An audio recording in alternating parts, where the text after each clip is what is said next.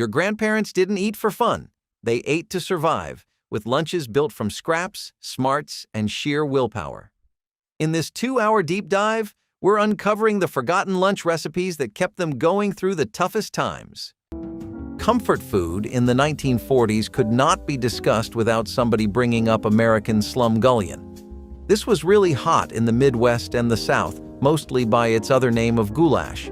The dish has been in recipes and cookbooks since at least 1913, and it would include ground beef simmered in a tomato sauce. It was a dish for nights that you really wanted to make matter, and it was also a great way to keep the nutrition and protein intake up. Think of it as like a kind of casserole, and if you have heard of it before, you should know the 1930s versions were a bit different. These ones involved no pasta or macaroni or cheese.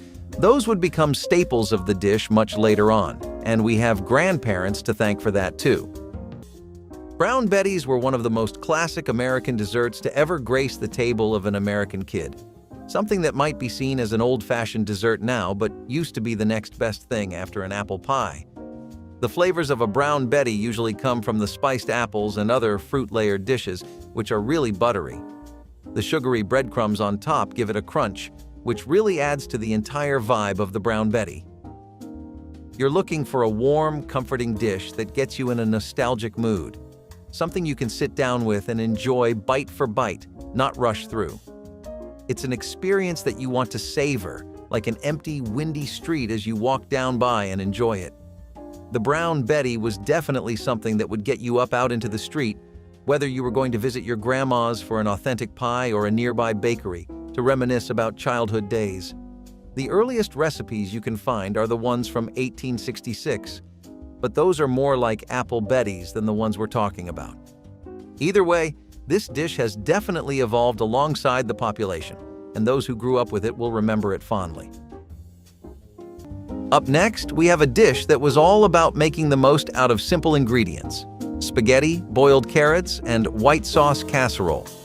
It can be argued that Eleanor Roosevelt did the best she could during the Great Depression. The First Lady promoted dishes to encourage savvy homemakers, such as a casserole made from spaghetti, boiled carrots, and a simple white sauce of milk, flour, salt, and butter. The spaghetti had to be cooked for 25 minutes. The idea was to get the noodles mushy so they paired nicely with the boiled carrots and a penny's worth of creamy sauce. The result? A vehicle for nutrition and nutrients. Families loved this dish because it was versatile and could easily be modified based on what was available. It was a great way to fill up hungry bellies without breaking the bank. It still makes a pretty delicious meal for potlucks, so if you want to impress everyone with something easy to whip up, the spaghetti, boiled carrots, and white sauce casserole will do. Bubble and squeak was something that completely fit the situations most people would find themselves in during the war, because this dish is all about the leftovers. Usually, Sunday dinner's leftovers would be used in a bubble and squeak to make sure nothing went to waste. Plus, people would definitely take that sentiment to heart when it came to holiday dinners where there were enough things left to constitute at least 2 or 3 meals the next day. Usually, this dish is made with potatoes and cabbage and is fried, so it goes properly and amazingly with some potato flotties or other items on the list. Maybe you can take a note from people's books the next time you think you have nothing to eat, but plenty of things still left in the fridge. You might think that boiled animal hooves are something that only a survivalist would eat, and indeed, during the Dust Bowl, they were the only thing keeping some families going. When meat became unaffordable and gelatin packets were a luxury, hooves came in handy, literally and metaphorically. Animal hooves, preferably cow or pig, were used and boiled to make a broth that was as useful and as ugly-sounding as it can get in our ears today. The long cooking process tenderized collagen present in hooves and made it into a natural binder for soups, stews, and even sweets. Yes, you heard it correctly, desserts. Gelatin from hooves was the secret behind the wobble in aspics, jellies, and custards. This was not about getting by. It was about getting the most out of each part of the animal.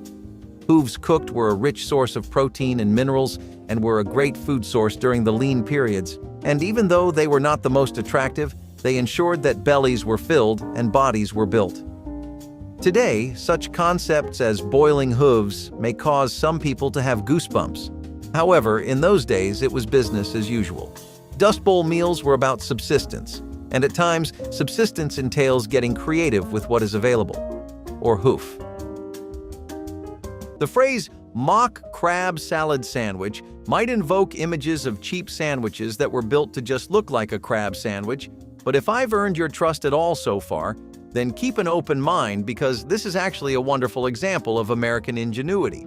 So, mock food came out as a result of the Depression.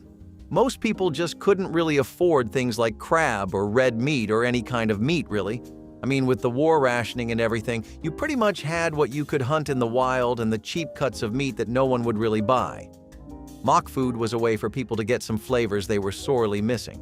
It stayed a long while even after the Depression, since thanks to urbanization, there were less and less coastal cities, bodies of water, and more. Otherwise, there used to be a time where crab was so abundant that it was cheap. Anyway, for this mock food imitation, what people would do is use cod or haddock instead, and the salad was just a basic mayo-celery mix with French or vinegar dressing. You'd lay that on some soft rolls, and you'd actually have a pretty good dish. The thing is, mock food culture is entirely a thing of the past now, and most of these recipes have been lost.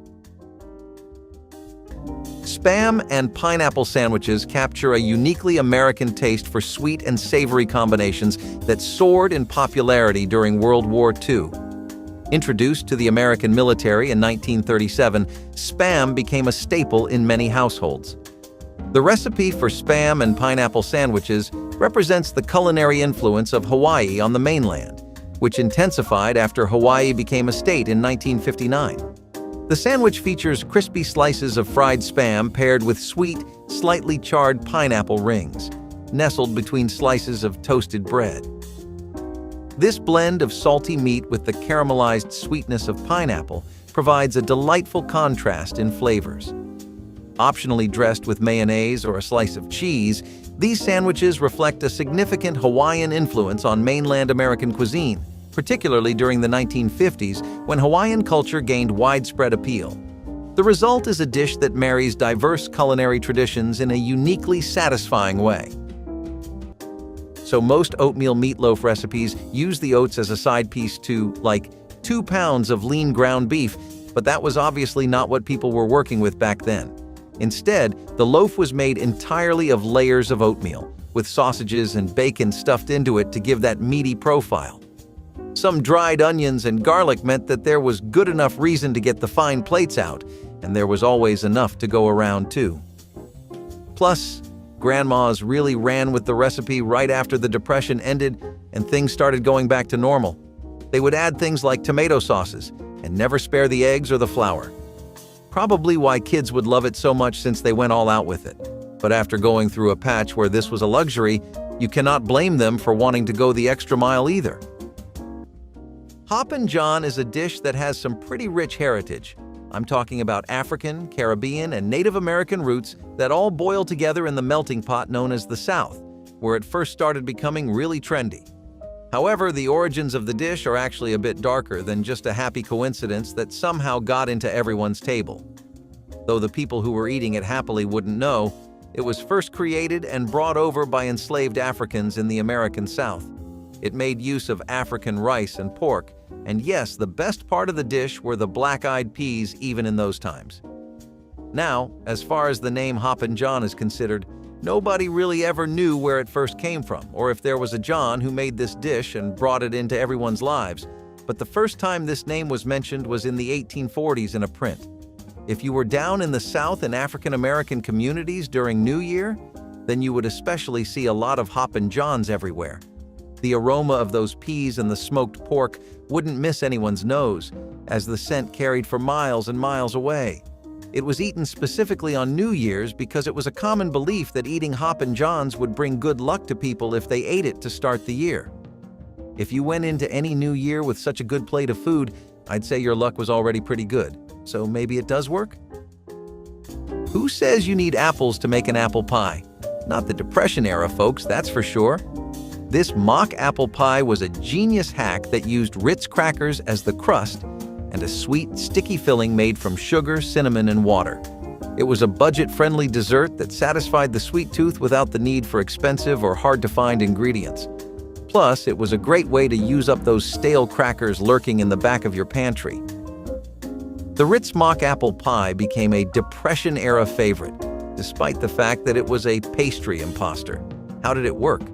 The aromatic mixture of sugar, cinnamon, butter, lemon juice, and crackers combined to convince the taster's senses that the pie actually tasted of apples.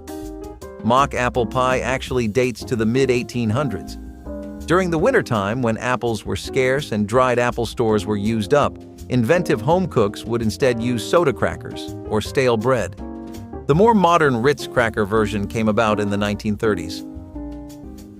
If you always believed that only the drippings can be used to make gravy, then you are wrong.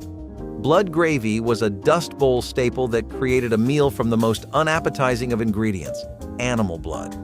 Sound intense? It was. But back then, farmers couldn't afford to waste a single drop, literally. Blood gravy was produced by drawing fresh blood from animals, particularly pigs or cows, and then mixing it with flour, milk, and spices to make it into a thick paste that was served as a relish. Served over biscuits or potatoes, it was rather tasty and rich in nutrients, which came as a complete shock. During a period when people suffered from a lack of iron, blood gravy was, in fact, a sort of multivitamin. This dish was both a product of ingenuity and the expenditure of a considerable amount of effort. Getting the blood was not easy, but the meal was filling.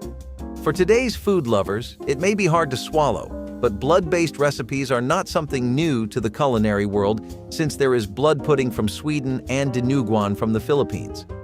Would you try it? Seriously, I can take it if it's presented on a fluffy biscuit, and if it's well seasoned, I might be willing to try it. Dust Bowl cooks were masters of turning nothing into something, and blood gravy is a perfect example of that adage. The next thing we have on the list is salmon croquettes with creamed spinach. Now, on paper, this sounds like just what you would need, right? It's salmon, so there's protein. It's creamed spinach, so you definitely have a side that's jam-packed with nutrition. I mean, it seems ideal, the kind of thing you'd always want to be eating at work. For a long time in the 80s, that was how it worked too. People, particularly those working office and desk jobs, were very fond of this kind of lunch. It was also the perfect change in flavors from what people were originally used to. However, this was probably even more reliant on advanced preparation than egg salad stuffed tomatoes. That just wouldn't work with the way so many people were re-entering the workforce in the second half of the 20th century. It basically meant that your wife would have to stay at home and do kitchen duties every day, and most wives were opting to go to work instead. Labor-intensive meals like this, as a result, just didn't last in the long haul.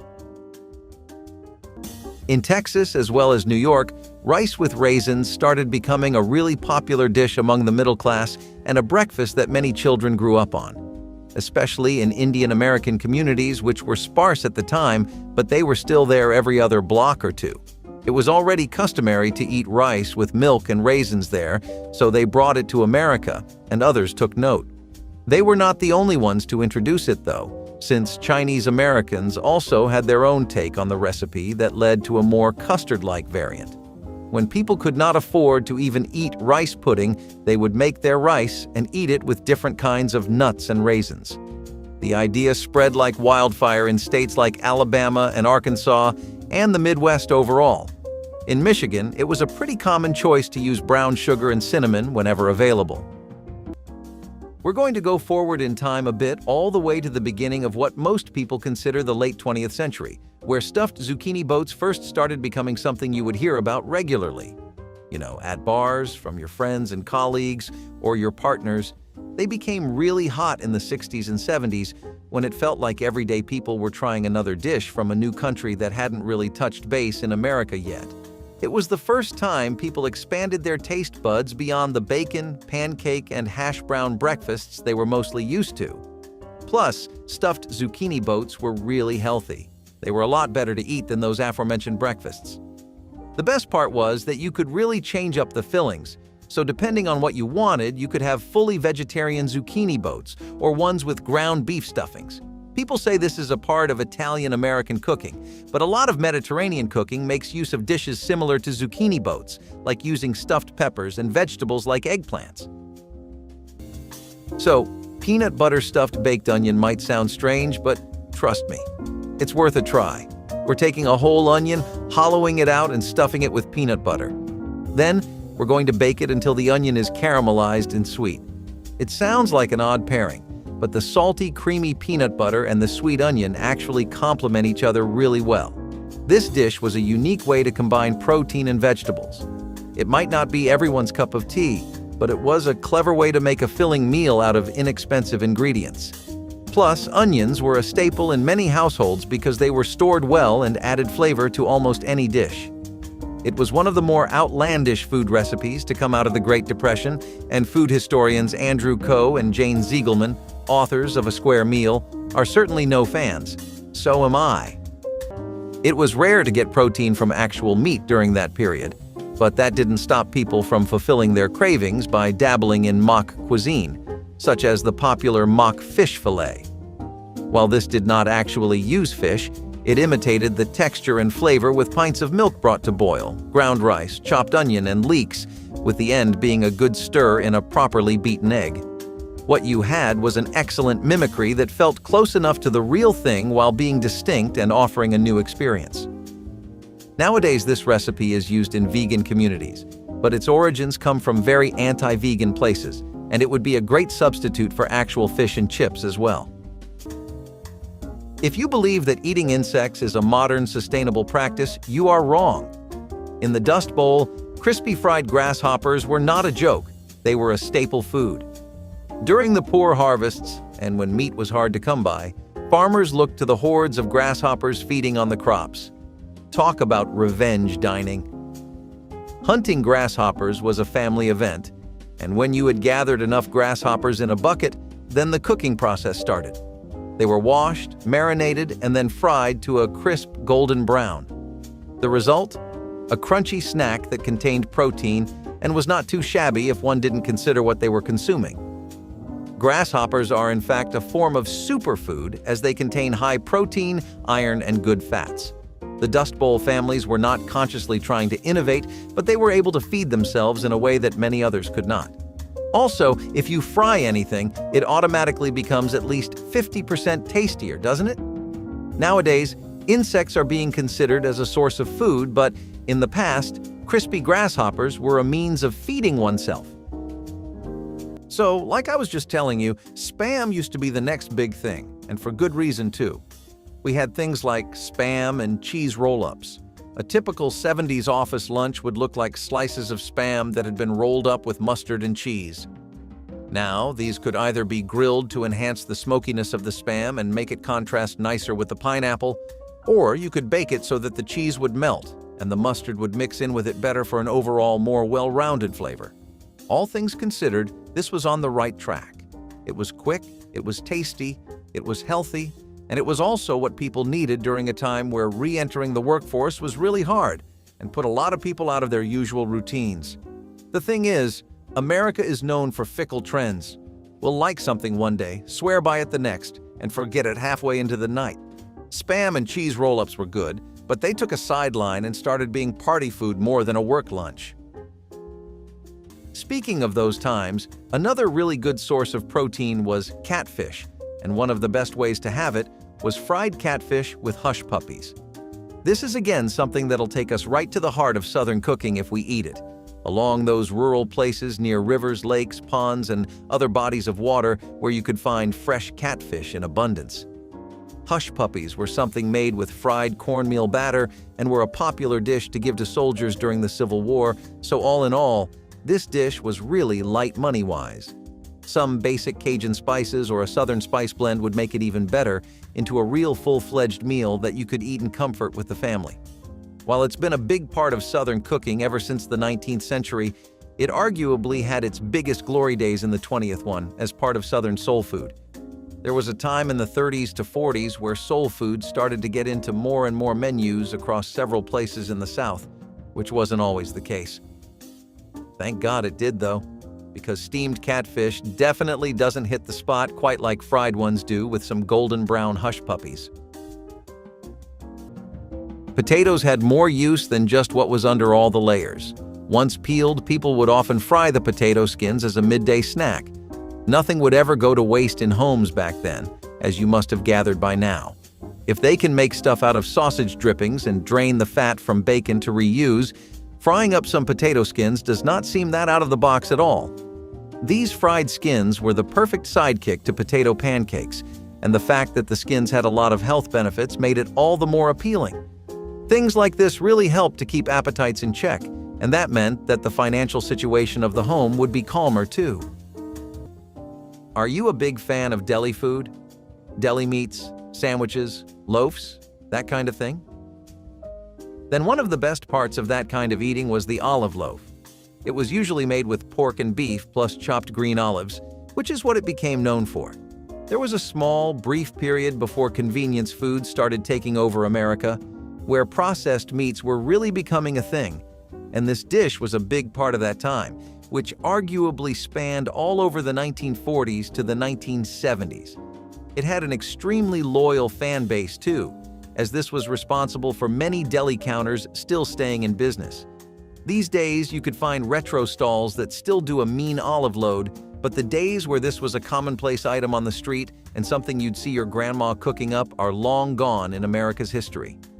People definitely remember the flavors of the bologna, the ham loaves, and all the amazing dips they came with, though. Back in the day, when you were out of just about everything except sugar, flour, and fruit, a vinegar cobbler was your only option. No surprise that it was also known as one of the famous desperation pies. Desperation pies are pies in American cuisine made using staple ingredients like butter, sugar, eggs, flour, and any other ingredients that cooks had on hand to complement them or substitute for ingredients that were out of season or too expensive.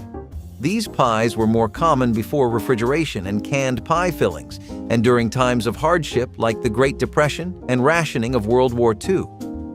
When fresh fruits were hard to come by, people turned to vinegar to mimic the tartness of fruits like apples and lemons. This cobbler used a mixture of vinegar, sugar, and spices to create a filling that, when baked, tasted surprisingly similar to a fruit cobbler. Instead of chunks of fresh apples, those on a budget would use apple cider vinegar to fake the acidic taste. The crust was made from basic pantry staples like flour, sugar, and butter or lard. The dish reportedly tasted like a custard made from salt and vinegar chips, a rare dessert that leaves the roof of your mouth tingling. If people can make an entire fake fish fillet and still be pretty satisfied with it, then other meaty wonders like liver definitely are not too far off the horizon, and chopped liver substitute would eventually prove that right. Something that became incredibly popular in the war-torn landscape of America because all it took was some onions, green lentils, walnuts, and salt and pepper. You had to make a paste out of it to get the texture of chopped liver down, and in terms of taste, this was a completely new experience, yet a significantly cheaper and easier one. It was much easier to get ingredients like these than good quality liver back then, and a lot of citizens stuck with this recipe even after the dust settled because they liked how healthy of an alternative it was. Yes, you heard it here first, skunk stew. Even when the Dust Bowl left dinner plates empty, people were not the only ones who could not escape being eaten, not even skunks. Now, before you start gagging, let me explain. Skunks were not the preferred source of protein, but when the resources were scarce, the farmers made do with whatever they could hunt down. Cooking skunk stew was not for the faint-hearted. First, you had to, de-skunk the skunk. It was mandatory to have the scent glands removed unless one wanted the house cleared faster than a tornado. After washing, it was cooked with what vegetables and spices were available. The result? A rather soft and gamey meal that was palatable though, but not one that would make me eagerly look forward to the next meal. Skunks may sound like the butt of some jokes, but these animals were a good source of protein food when all else was scarce. And can you imagine? A skunk was not as smelly as other wild games like raccoon or possum? Talk about a backhanded compliment. While skunk stew appears to be the epitome of the challenge-accepted food that is popular today for the survivors of the Dust Bowl, it was a symbol of survival. They made desperation into dinner. As they say, where there is life, there is a chance to live, and sometimes to live, you have to eat the wild, literally. Chicken a la king and puff pastry was another little nugget of French culture and cuisine that served us pretty well. So the idea here this time was to stuff creamy chicken and mushrooms into one single pastry, and there would be lots of these individual pastries, each stuffed to the brim. By now, we're talking about somewhere along the 70s. America's always been a big fan of cream. There's really no denying that, but I would say that we've warmed up to mushrooms a lot more than we used to. I don't think they were not popular, but they weren't exactly a standout ingredient that would be making anyone's top 10 or top 5 either. Americans were changing their palates regarding mushrooms thanks to two things, though. One, they had built up a fondness for it thanks to how many Americans, especially ones living on the edges of urban hubs, relied on foraging wild mushrooms. Two, things like cream soups, such as cream of mushroom soups, were already making the pairing of cream and mushrooms popular. This take on puff pastry wasn't exactly a long shot, since the stage was pretty much mostly set. However, I think most people have opted for things like sandwiches and ordering takeout at lunch now, or just getting a coffee. Work cultures really changed, and having a full-fledged meal during your 15-minute break isn't the most appealing option to a lot of people nowadays. Remember what chilly days at Graham's called for back in the day? If you guessed hot turkey sandwich, you're absolutely right. This sandwich was another one of Grandma's delicious ways of using up leftover turkey from Thanksgiving. This sandwich featured slices of tender turkey served hot, often open-faced, with a generous ladle of rich, savory gravy poured over the top. Sounds delicious, right? Grandma made her hot turkey sandwich special with the gravy. Whether she made it from scratch with turkey drippings or used a trusted recipe, the rich gravy soaked into the bread, making each bite juicy and flavorful. She knew that nothing went to waste, and the hot turkey sandwich was a delicious way to make the most of those leftovers. The Great Depression might not have the most appetizing recipes, but the era did give the world the Kraft macaroni and cheese dinner. In 1937, Kraft heard about a salesman for the Tenderoni Macaroni Company of St. Louis going rogue and selling his noodles with packets of Kraft grated cheese attached. They hired the man to promote the concept and started selling it to cash-strapped Americans at the low price of 19 cents for 4 servings. Some variations of this comfort food even included cooked vegetables or even a can of tuna. It was a great way to feed the family without spending a lot of money, and it quickly became a favorite for kids and adults alike. Even today, it remains a beloved comfort food. What's for dinner? Oh, just a small something that came in from the backyard. Yes, the tumbleweed casserole was a real dish during the Dust Bowl, which just goes to show you that when the going gets tough, the tough make casseroles out of tumbleweeds. Tumbleweeds, those rolling shrubs of the Wild West screen, are actually technically, or at least partially, edible. Not fancy for the tongue, but we are hungry to the bone. Let's give it a try, edible. The process began with the boiling of the tumbleweed leaves to reduce their coarse feel and also to reduce the bitterness of the leaves. Then they'd get layered with whatever ingredients were available, maybe some scraps of meat, potatoes, or canned goods if you were lucky. The result? A surprisingly substantial, earthy-flavored casserole that was as much about sustenance as it was about taste. Tumbleweed is very fibrous and even has a few vitamins in it, so it wasn't the worst thing to eat when fresh greens were scarce. Moreover, tumbleweeds were free and easy to come by, nature's grocery store if you will.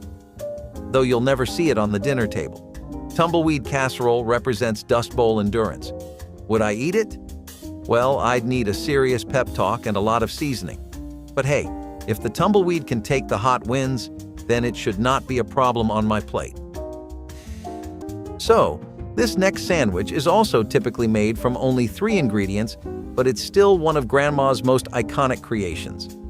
I'm talking about the infamous BLT sandwich. The name is an abbreviation for the ingredients: bacon, lettuce, and tomato. This sandwich was a summertime favorite, especially when tomatoes were at their ripest in Graham's garden. The BLT's roots can be traced back to tea sandwiches served in the late 19th century. But it wasn't until World War II when it gained popularity. During this time, supermarkets made bacon, lettuce, and tomatoes more widely available all year round, and Grandma made sure to use them up in the kitchen.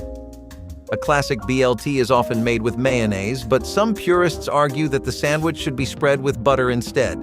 Well, it's still up for debate, so make sure to let us know your take on it in the comments. So you might notice that this issue where you need a lot of prep work for these dishes isn't exactly a unique one. Lots of dishes share it, and even cottage cheese and pineapple bowls have the same problem. Now, this dish was something that came out around the 60s and 70s, when Americans were really into trying out new things. One of the first things they opted for was pineapple, and this was thanks to Spam, which really made the American population warm up to an otherwise chronically detested fruit. This bowl was seen as healthy, full of protein, it was cold, and it could be prepared way ahead of time. The reason this lasted as long as it did was probably because of that, though only people that were super serious about their health and diet would be bringing this kind of stuff to the office. It wouldn't make sense to ignore the perfectly convenient, cheap, and delicious deli food on the corner of your office and go for a cottage cheese and pineapple bowl. Unfortunately, while this one has the convenience factor down, it couldn't last in the long haul because tastes have just changed too much from the days where bowls like this could work. If you've ever walked the streets of downtown New York, I'm sure you're familiar with the infamous pastrami on rye. If your grandma's from the Big Apple, chances are her recipe is highly regarded. This sandwich became a staple in Jewish delis in the late 19th and early 20th centuries, thanks to Eastern European immigrants. This one just featured an old-fashioned slice of pastrami on rye bread and a dollop of mustard. Grandma knew that when it came to sandwiches, sometimes less is more, and pastrami on rye is the perfect example of that. But hey, don't forget no pastrami on rye is complete without a pickle on the side. The tartness of a dill pickle or the sweetness of a bread and butter pickle is the perfect contrast to the savory pastrami. Peanut butter and pickle sandwiches present a surprising mix of flavors that demonstrates the adventurous side of American sandwich making. Originating in the mid-20th century, this combination pairs the creamy, slightly sweet taste of peanut butter with the sharp, crunchy tang of pickles. Often referred to as the Southern Comfort Sandwich in the southern United States, it features a liberal spread of peanut butter on bread with layers of thinly sliced pickles. This sandwich can be enjoyed open-faced or as a standard sandwich, and it pairs wonderfully with a cold glass of milk. The resulting meal is a bold blend of sweet, salty, and tangy flavors, offering a taste experience that's both unexpected and satisfying. Lettuce cups and shrimp salads were pretty funny. I mean, not exactly funny, but interesting. The assembly was something you would need skill for, though, which isn't at all similar to things like peanut butter and bacon sandwiches or corned beef and cabbage wraps. Leaves had to be carefully plucked from the head of the lettuce, and these would end up forming the shape of the cups. You would then spoon the cups with fillings, which were typically things like spices, vegetables, and stir-fried ground meat, but this instance of the dish has shrimp salad instead. Why was something like this popular? Well, besides a lot of influence from Asian culture, such as Thai and Chinese wraps, they were just easy. I mean, sure, you had to get used to making a lettuce cup, but that wasn't really the hardest thing to do. What was absolutely outstanding about these was the presentation. The sheer visual appeal that this dish had wasn't something you could ever compete with, honestly. I mean, a flowery-looking cup made out of lettuce leaves? That's artistic. Plus, the vibrant and colorful fillings inside would just make it pop off even more. As far as food goes, this one was definitely a slay. The once you did get one made, then you would simply have to prepare it by heating it up. They weren't really as good for lunch at work as they were for finger foods and a pretty-looking side or appetizer at a party, though. Croque madames involve layers of melted cheese smothered between freshly baked, crisp white bread. And to top it all off, there's an intense, smoky flavor from the ham. The best part about it is that it takes minutes to make, and it was one of the more fancy dishes that people would create when they were feeling like having a bit of an extravagant dinner. Everyone deserves to treat themselves sometimes, but for home chefs, especially grandparents, the biggest treat is often just seeing everyone eat up every last bite of what they've made. That was never a problem if croque madames were the dish being served, because nobody could resist this classic American sandwich that did more than its fair share of justice to ham. Poached or lightly fried eggs as a topping also made it work a lot better. And by the way, they are called croque madames because the poached eggs seem to resemble women's luxury hats in the 90s. Now, I'm not gonna lie, egg and olive sandwiches aren't making anyone's top 3 anytime soon, but they were pretty damn good for the value. I mean, a proper sandwich that's healthy, easy to carry, takes no work at all, and is cheap. That's just a good deal, and the kind of deal that you start compromising on your standards for just a tiny bit. I'm not exactly sure why this ever fell out of favor with people. I think maybe we just moved on from olives, or the specific combination of eggs and olives. Either way, this was one of the most common things to bring. Interestingly enough, though, depending on your neighborhood, office, and job, that would be completely untrue. Egg and olive sandwiches were more so something you would see in working to middle-class offices and neighborhoods exactly because they were so practical and affordable. You could throw a slice of cheese in there and some leftover ham, and you would pretty much be set for the rest of the shift. However, having that many fried eggs daily wasn't a good idea either. People would keep this in rotation around like 2 or 3 times in a day. Take a bite into the past with bologna boats, a fun and inventive lunchtime creation from mid-20th century America. These unique creations start with slices of bologna, heated and shaped into whimsical boat-like forms, then filled with a hearty helping of creamy mashed potatoes, gooey melted cheese, or savory baked beans. School cafeterias were particularly fond of serving these as a fun, kid-friendly option. The versatility of bologna boats is notable, with some versions including macaroni and cheese or even chili for those seeking something more substantial. They emerged as a clever way to utilize common pantry staples creatively, providing a budget-friendly meal solution during times when stretching the grocery budget was necessary. As far as work lunches go, I can't lie. I think you can do better than cold potato and sausage salad. It's not really the worst thing to get in the world, but it's not something I want for my dear viewers. Just picture it yourself. You're at work, there's already an unnecessary scheduled HR meeting, someone's missing their shift, and your boss wants you to cover, and on top of all that, you open up your lunch only to find a perfectly below room temperature salad of, let's see, potatoes and sausages. I wouldn't blame you if you just skipped that entirely, went downstairs and got yourself a granola bar. Really. At least that fuels you, you know? Seriously though, this dish was trying to be really healthy, but one of the biggest things about following a healthy diet is how sustainable it is. Unfortunately for everyone, flavor is a big part of that, because it's the same with your work, you know? You like what you do. You feel like you don't work a day in your life. You eat what you like. You don't feel like you're dieting either. Tuna salad made a fresh comeback, which helped extend its shelf life in the American homemade breakfast or lunch scene. The tuna salad everyone was already pretty accustomed to was reconstructed, this time with seasonal and tropical fruits like apples or cranberries and served in fresh pita sliced in half. Not only was this really healthy, but it was also intensely high in protein and carbs, so it helped you build that all-important muscle while keeping you full until a suitable time in the evening. Cannot give in to those post-meal munchie cravings, right? Tuna salad was great served as is, but some people would go a step further by baking it for a while too. Pickled beet and goat cheese sandwiches were like pretty much the same thing as a lot of the recipes from the Depression era that you see persisting beyond the 50s. There's something that people back then acquired a taste for, but this combo really brought out the best of them too. Chèvre, or as we know it, goat cheese, was something that was actually not too popular in America though. It was something that French, Spanish, and Italian immigrants popularized, but it was something that was originally first introduced in America by European settlers. For most of the 17th and 18th centuries, it was a niche thing. Not exactly the main character or a big part of the B-plot, but it was a good extra in the background, sometimes the foreground, know what I mean? Lots of small-scale farming and goat dairy farms did start to open up in places like Wisconsin, Oregon, California, and Vermont, and when the health scares started, the government only started pushing things like goat's cheese more. It wasn't a big stretch to move towards sandwiches then, and the beet and goat cheese combo was already something that worked. In today's day and age, this sandwich just isn't flashy, substantial, or tasty enough to last, though.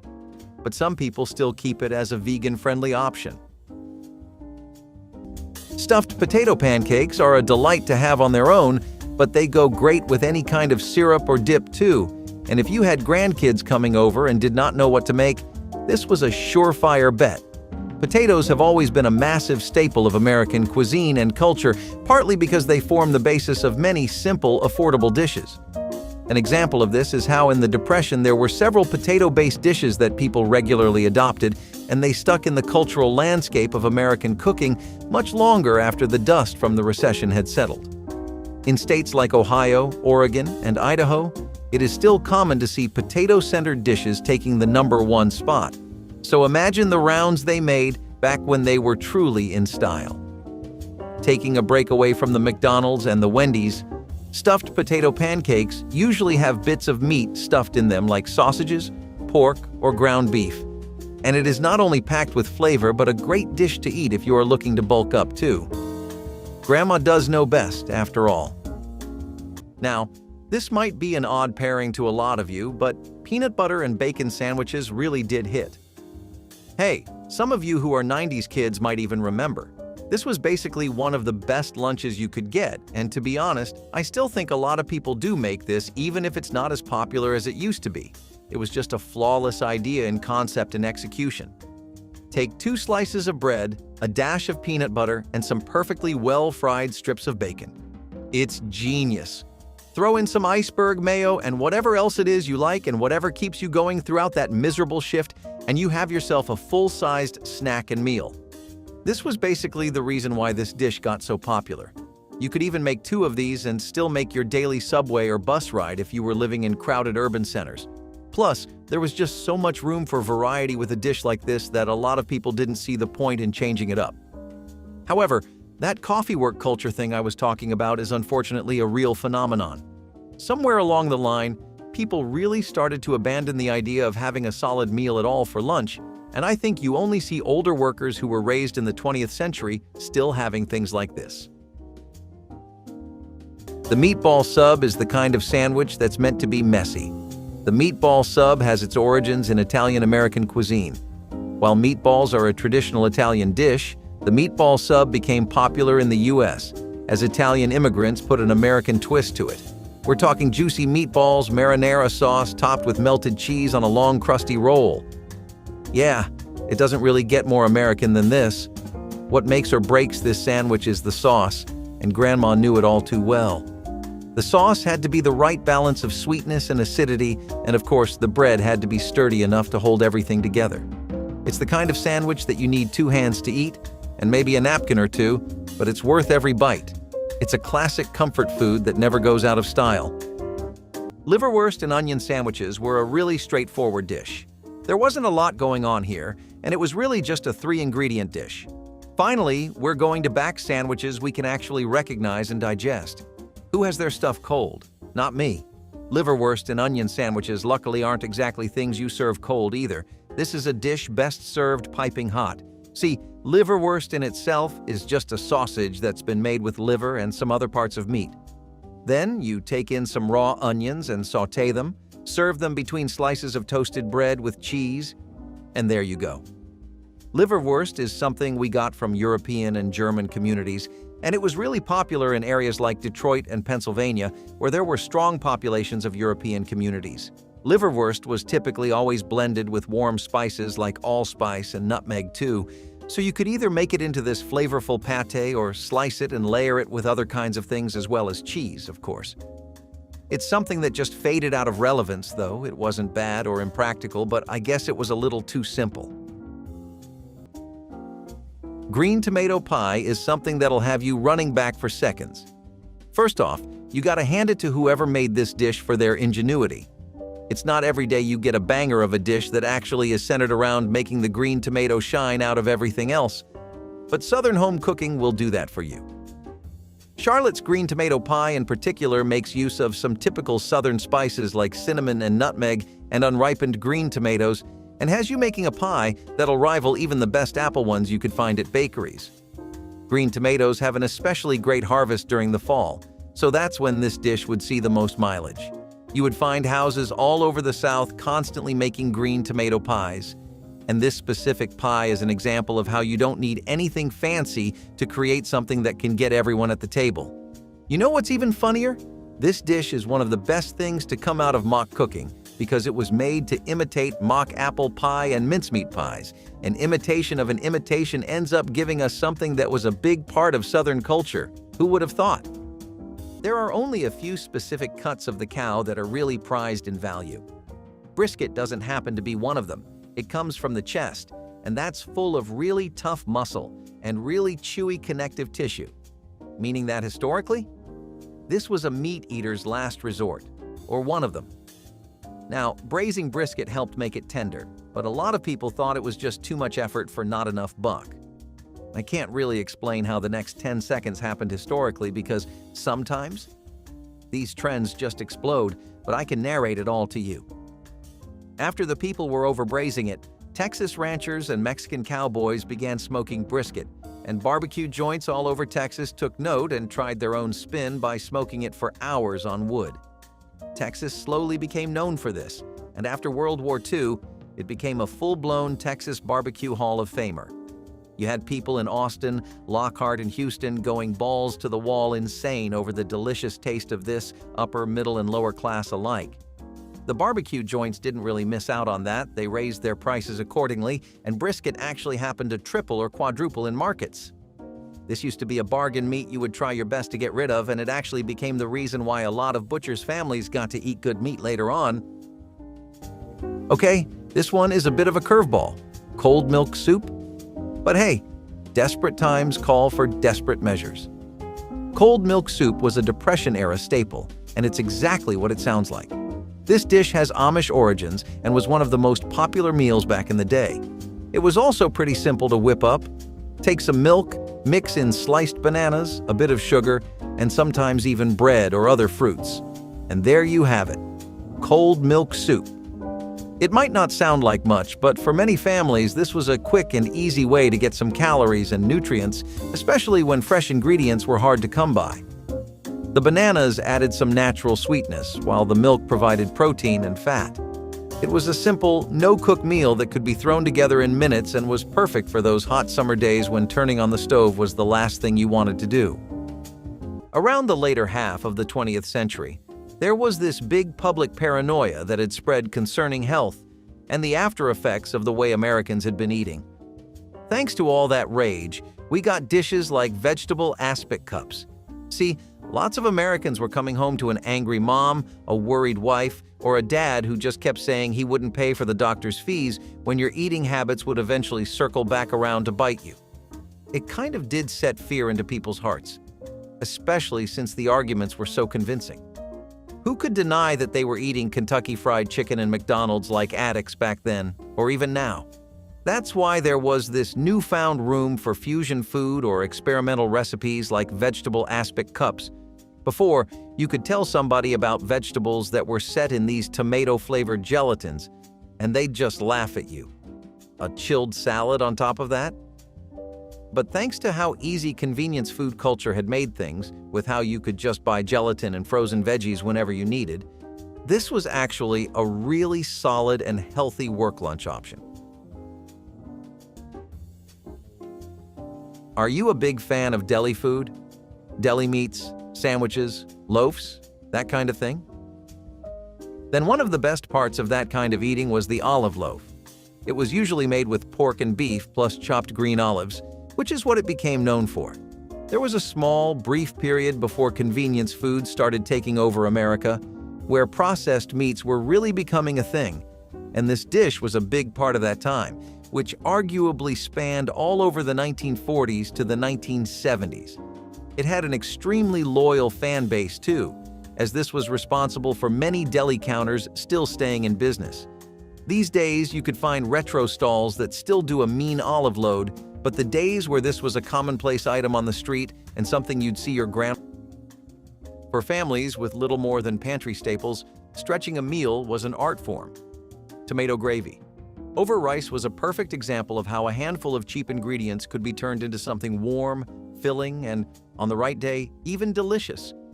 Rice was affordable, easy to store, and could be cooked in large batches, making it a go-to base for struggling households. The tomato gravy itself was a simple mix of canned or fresh tomatoes, flour for thickening, and a little fat, usually bacon grease or lard, to give it depth. Some versions were smooth, others chunky, depending on what was on hand.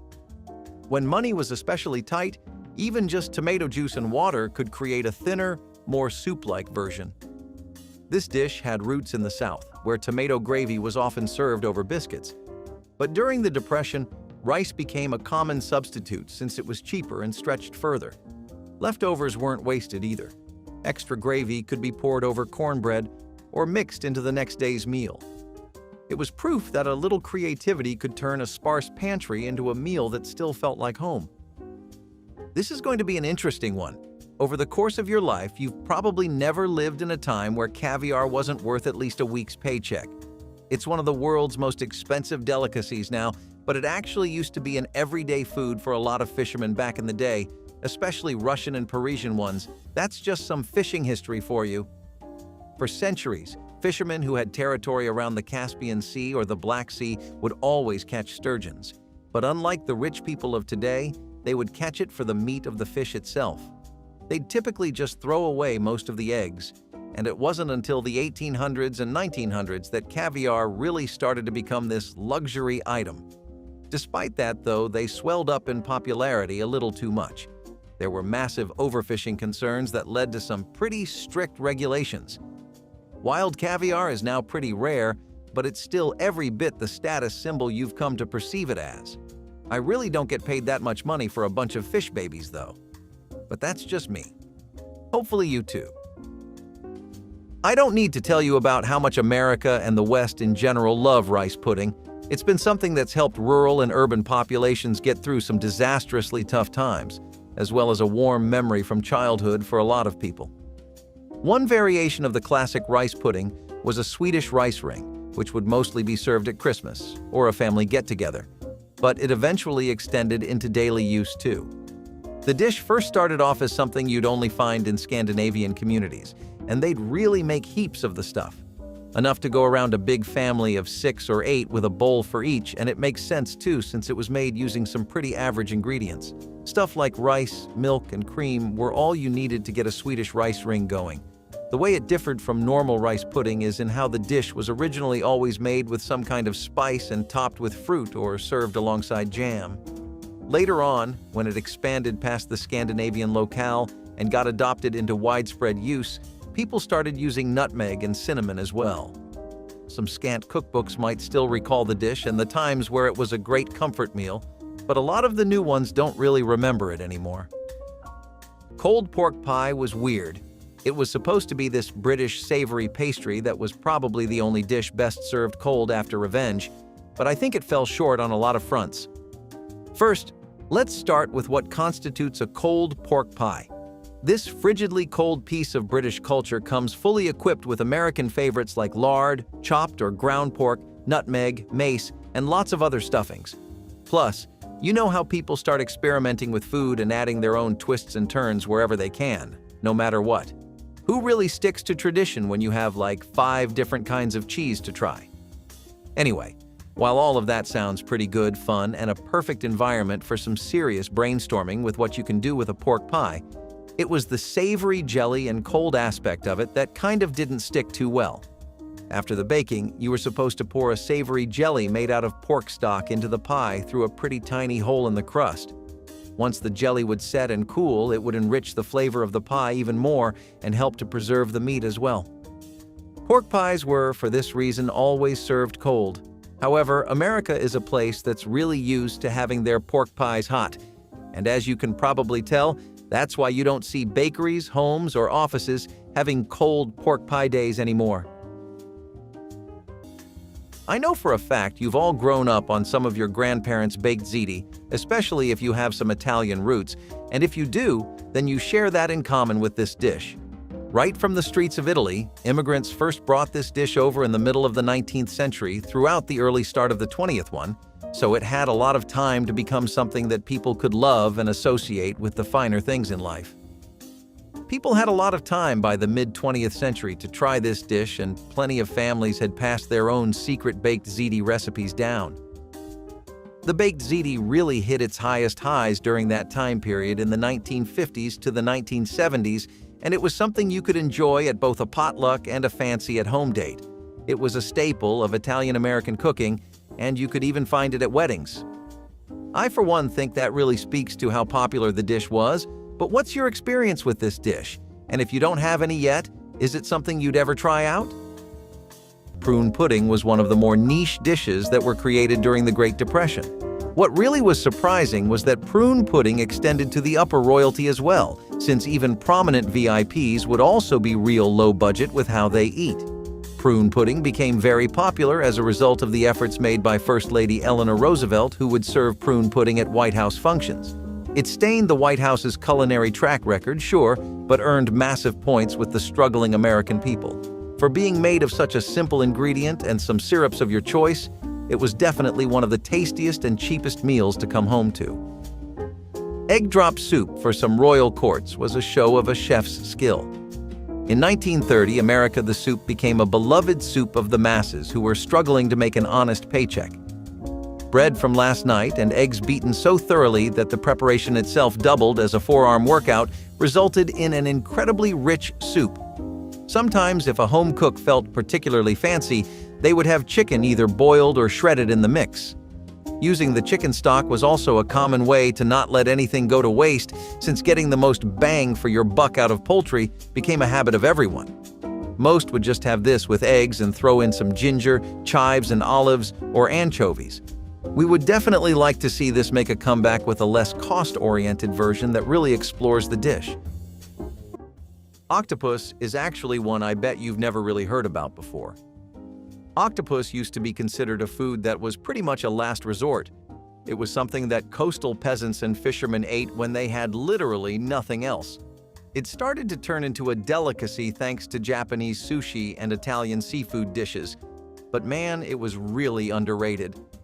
Octopus was considered super difficult to cook. You had to either dry it or pound it or slow simmer it, and it was really rubbery.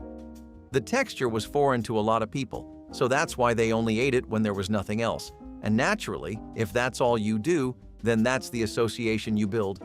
It became synonymous with bad times.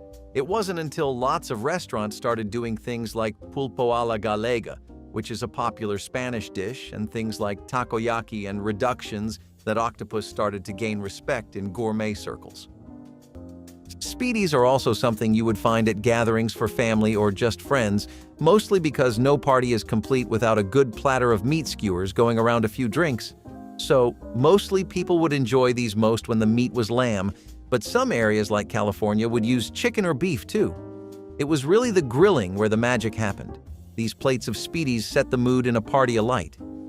It was a taste that, when they experienced it, people at a party knew that they were in for a really good time. The kind of dish that gets a crowd excited and hungry. There were even Speedafests in Binghamton and all around New York in general. It was a part of the local culture that no big celebration was really complete without. The reason it got popular wasn't just because of a regional preference in New York, though. The dish was bold, tangy, and citrusy, and it could double as an amazing sandwich too.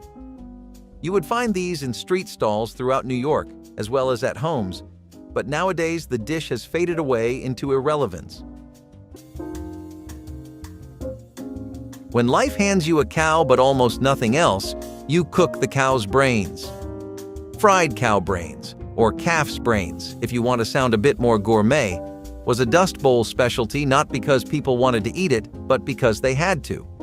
They were not fastidious in the past. When you had to fight for your life, you ate everything that was on the animal. Now, I know that fried cow brains may sound like something that shouldn't even be considered food, let alone something that might be considered delicious. For this dish, brains were washed in water or milk, dredged in flour, and fried until brown and crispy. Consider them as the first-generation chicken nuggets, if chicken nuggets had a soft core and came with a helping of angst. The flavor? It was mild, almost buttery, and that was the reason why nobody fled from the dish when somebody served it. Cow brains fried were dense in nutrients, especially protein, and thus a good meal during famine. While nowadays people might shudder at the thought of consuming brains, in the past, it was simply Tuesday's supper. And hey, if you put some gravy on top, it might just seem like you're eating gourmet food. Cold fried chicken wasn't exactly what the name makes it sound like.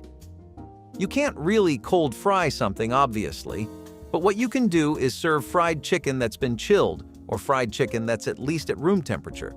See, this was something that got popular at picnics, and it was a way for people to get rid of leftovers when they didn't have microwaves. As you might know, fried chicken tends to lose a lot of its charm when you just warm it up on a pan and stove.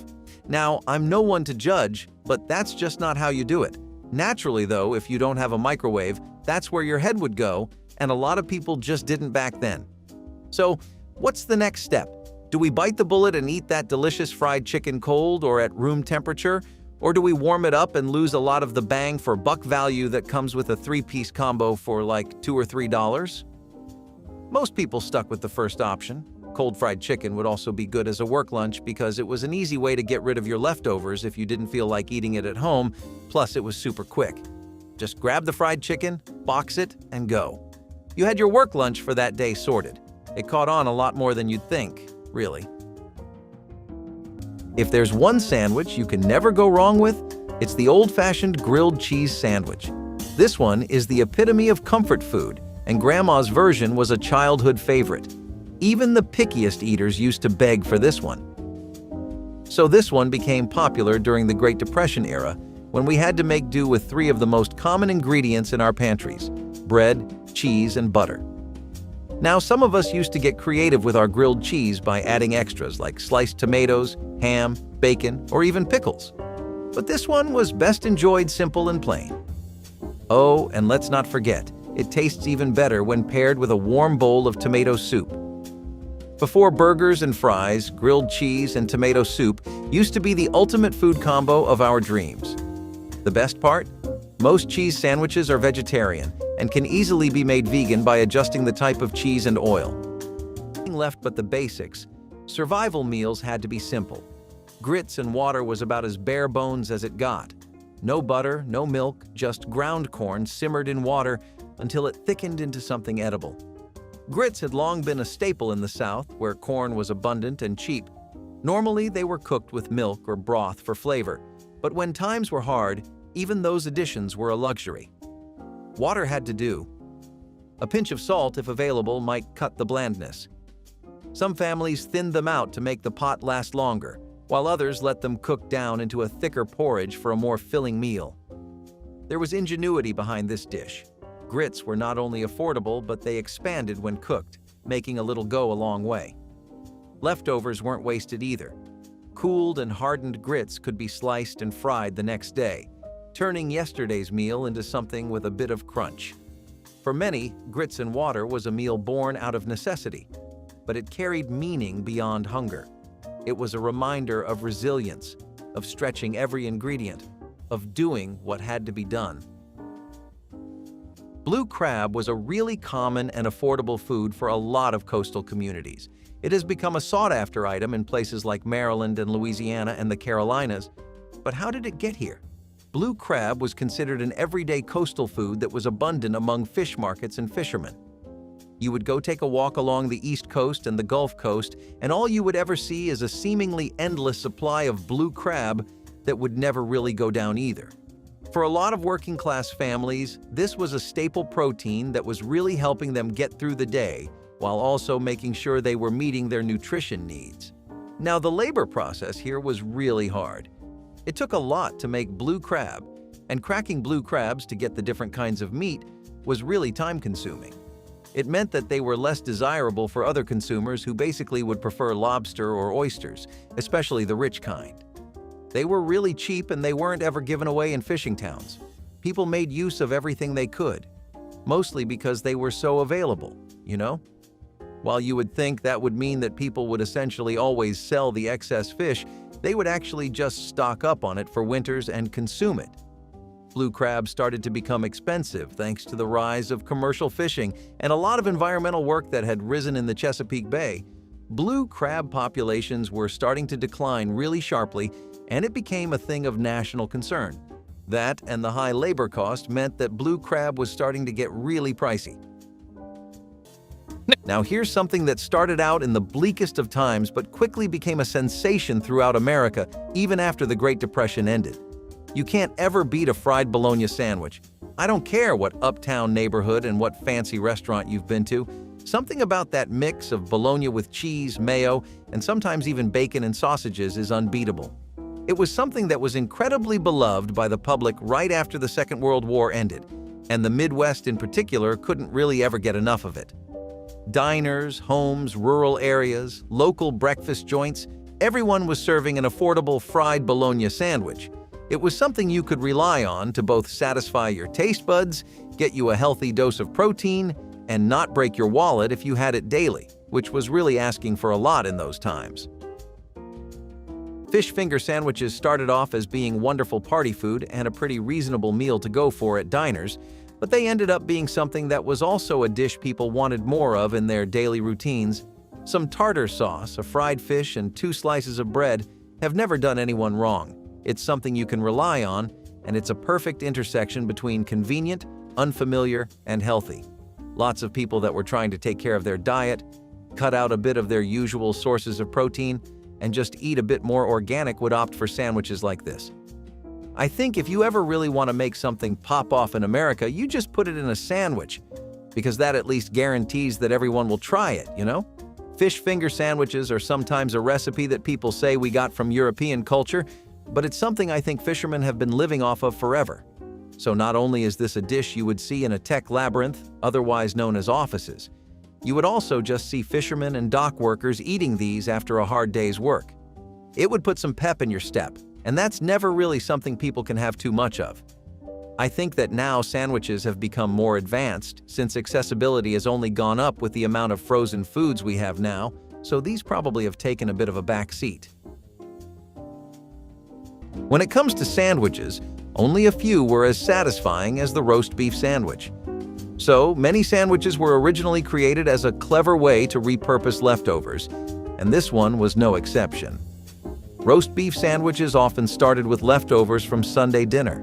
The Sunday roast was a time-honored tradition, and any extra beef was used to make delicious sandwiches for lunch the next day.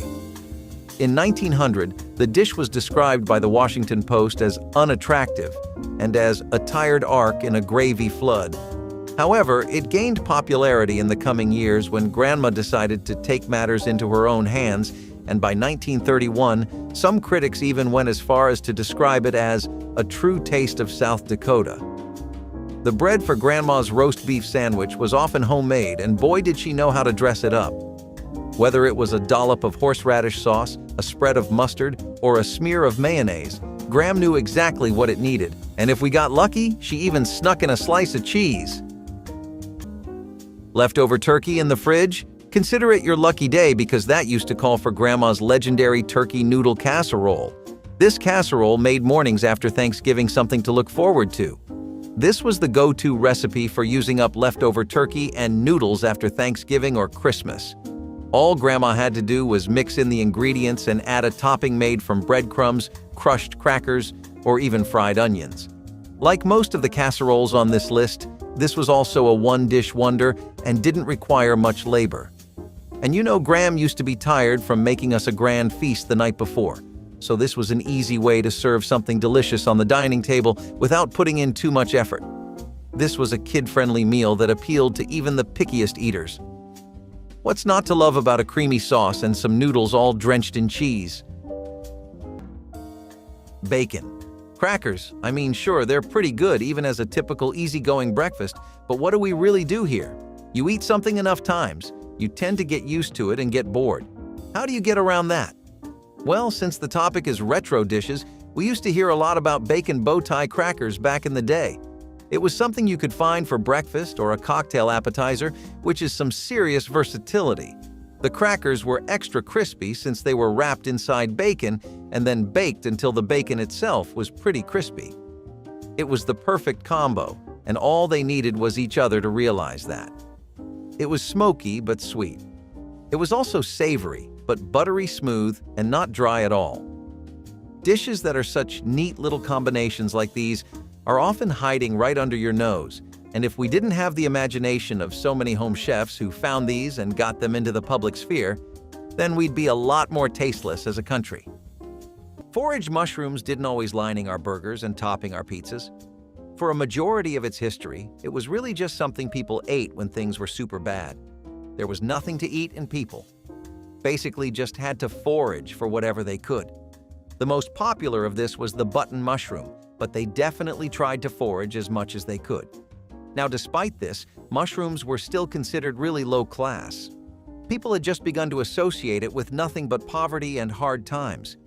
It wasn't until the middle and the later end of the 20th century that mushrooms started to become a classic topping you'd see on not just burgers and pizzas, but steaks, chicken dishes, sandwiches, and all kinds of soups and stews. Basically, it's a mushroom world, and we're just living in it now. A big part of this is how canned mushrooms became so accessible. Another reason is that an interest in European cuisine led to a massive boom in cream of soups and cream of mushroom soups. Share some of your favorite mushrooms with us right now in the comments.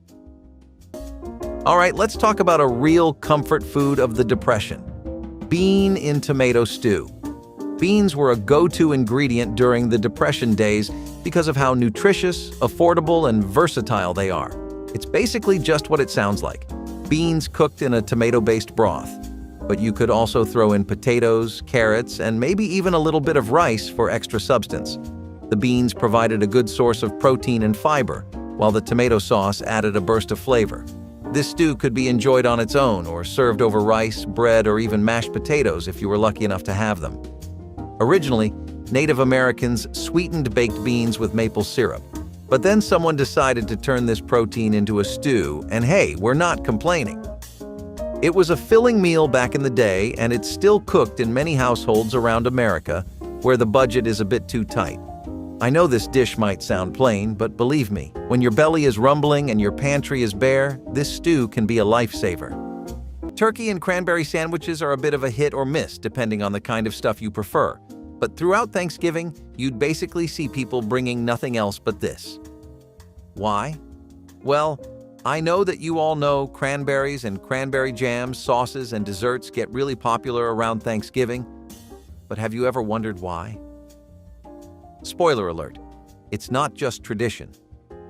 See, across the Appalachians to California, throughout Wisconsin and Northern America, cranberries have been one of the few things that were always indigenous to our country. That's why we abuse them to the moon and back, you know? Then you throw in canned cranberries and convenience stores popping up in every neighborhood, and well, you start to see how people end up with so many leftovers.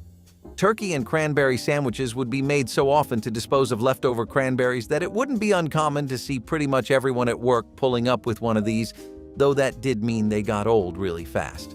Probably why nobody brings them anymore, to be honest. Deli classics have always been Graham's specialty, and the corned beef sandwich was no exception. This one started out as a nod to the traditions of Eastern European cuisine and became popular in the United States in the early 20th century. In case you're wondering about the name, corned beef comes from the curing process.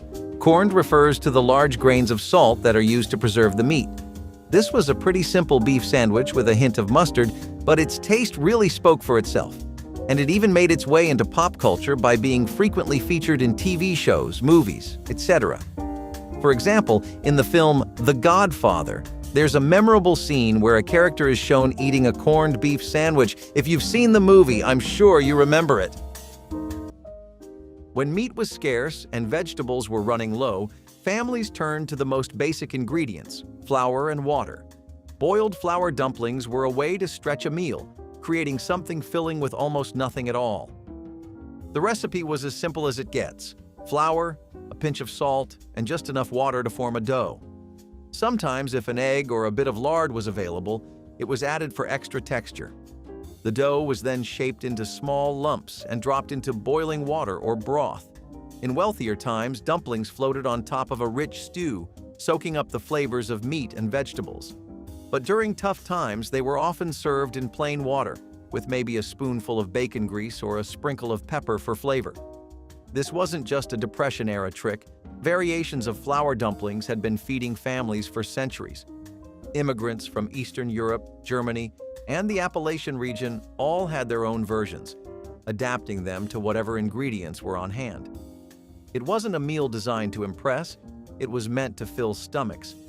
And for those who grew up eating them, boiled flour dumplings were proof that even in the hardest times, a little ingenuity could turn flour and water into something that felt like a meal. Cornmeal mush is usually made with water or milk and is a type of pudding or porridge depending on the needs of the meal. This became incredibly widespread in the southeastern and eastern bits of America, and it makes sense given how much wartime rations were consumed there. When the government would hand those out, they would often make a point to lower sugar usage and use molasses to conserve other ingredients, so people would pair cornmeal mush along with them. Mush is a more accurate term since it does kind of land somewhere in the middle ground between a pudding and a porridge. It has the consistency of the latter, but it gels and sets like the former, which gives it a slightly airy texture too. Did you know it would not be cooked in milk though? That was set after the mush was prepared to cool it down. Macaroni salad with ham cubes is a really nostalgic one. If you look at it from the lens of what was popular in the era at the time, then yeah, sure, macaroni salads were a perfect middle ground between healthier, leaner bowls of salads and the typical macaroni and cheese meals we were all used to. People thought they had to get started somewhere, and well, why not get it going with something you know you can stand? If you look at it historically, then macaroni salad actually goes all the way back to European dishes like pasta fredda, and in the early 20th century, let's say around the 20s and 30s, it was a really popular meal to have as a side dish. During the Depression, it became a staple because you could make so much of it in large batches and still get everyone fed and taken care of.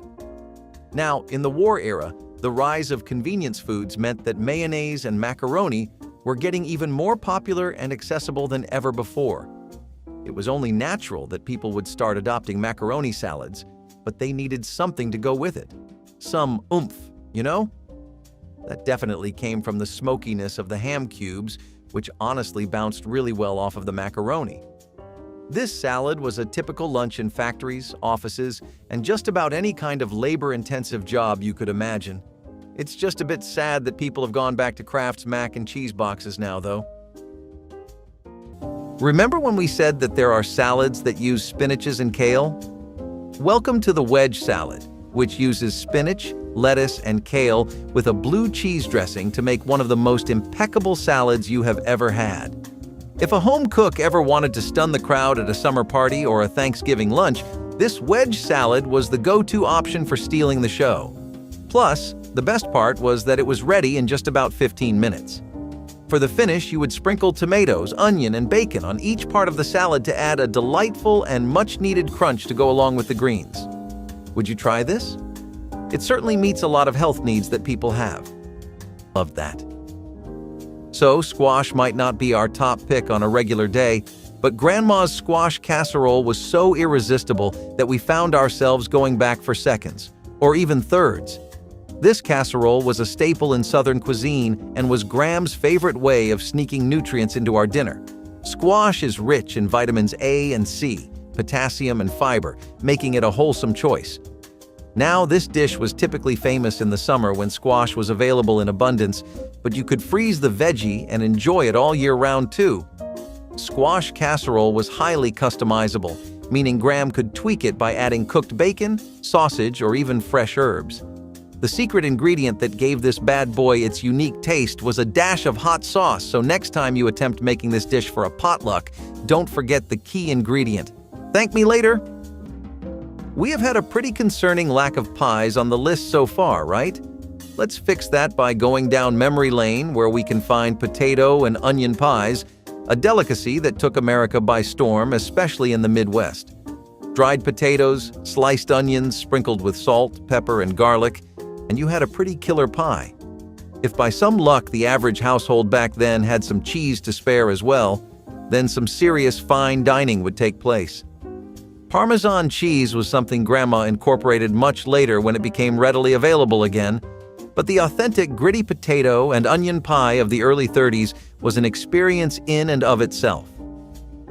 Some dishes just exude an air of comfort and homeliness, like being back in your childhood neighborhood at 7 a.m. on a really sunny day. This was definitely one of those. Duck fat might be an odd one to you because what would people need to be doing with that, right? But, well, before refrigeration, different kinds of fats made up a big part of people's preservation methods. This was true in America up until the 1900s, when industrialization basically meant that there were just better ways of preserving things like canning, even if refrigeration hadn't come around yet. When it did, people just thought to do away with it entirely, since it became redundant. In the 2000s, though, there was a bit of a resurgence of interest in a lot of America's food circles, thanks to chefs like Thomas Keller. High restaurants and farm-to-table places that had become local names were rendering duck fat on their own as a part of their marketing, too. It added to the air of exclusiveness, and duck fat was something that people were also beginning to argue was better than either butter or lard. Something about it having more monounsaturated fats. Either way, if you know the science about it, please do share in the comments. But that's pretty much how duck fat started to turn itself around and become a popular cooking fat once again. And I got to say, that's pretty humble. It stuck to its roots the whole time. By now, you must be getting an idea of how many basic things really slipped out of people's hands, including once common delicacies like sour cream. People found a good replacement that met them halfway for more or less the same experience in potato flour sour cream, which used potato flour and sugar to copy the essential taste of sour cream. It came pretty close too, if we do say so ourselves. You do not have to hear it from us though, just search this classic World War II recipe up and you will find many references dating back to this era about the recipe. This would later go on to inspire dishes like sour cream potato rolls in more stable times, and folks still kept the recipe in rotation. Now, speaking of retro, tuna jelly salad was a really vintage recipe that started coming into the spotlight around the 60s. This was the time when Jell-O and gelatin mold-based dishes were getting really popular. The idea was to use the gelatin mold to encase the tuna with a typical salad dressing, and it really worked back then.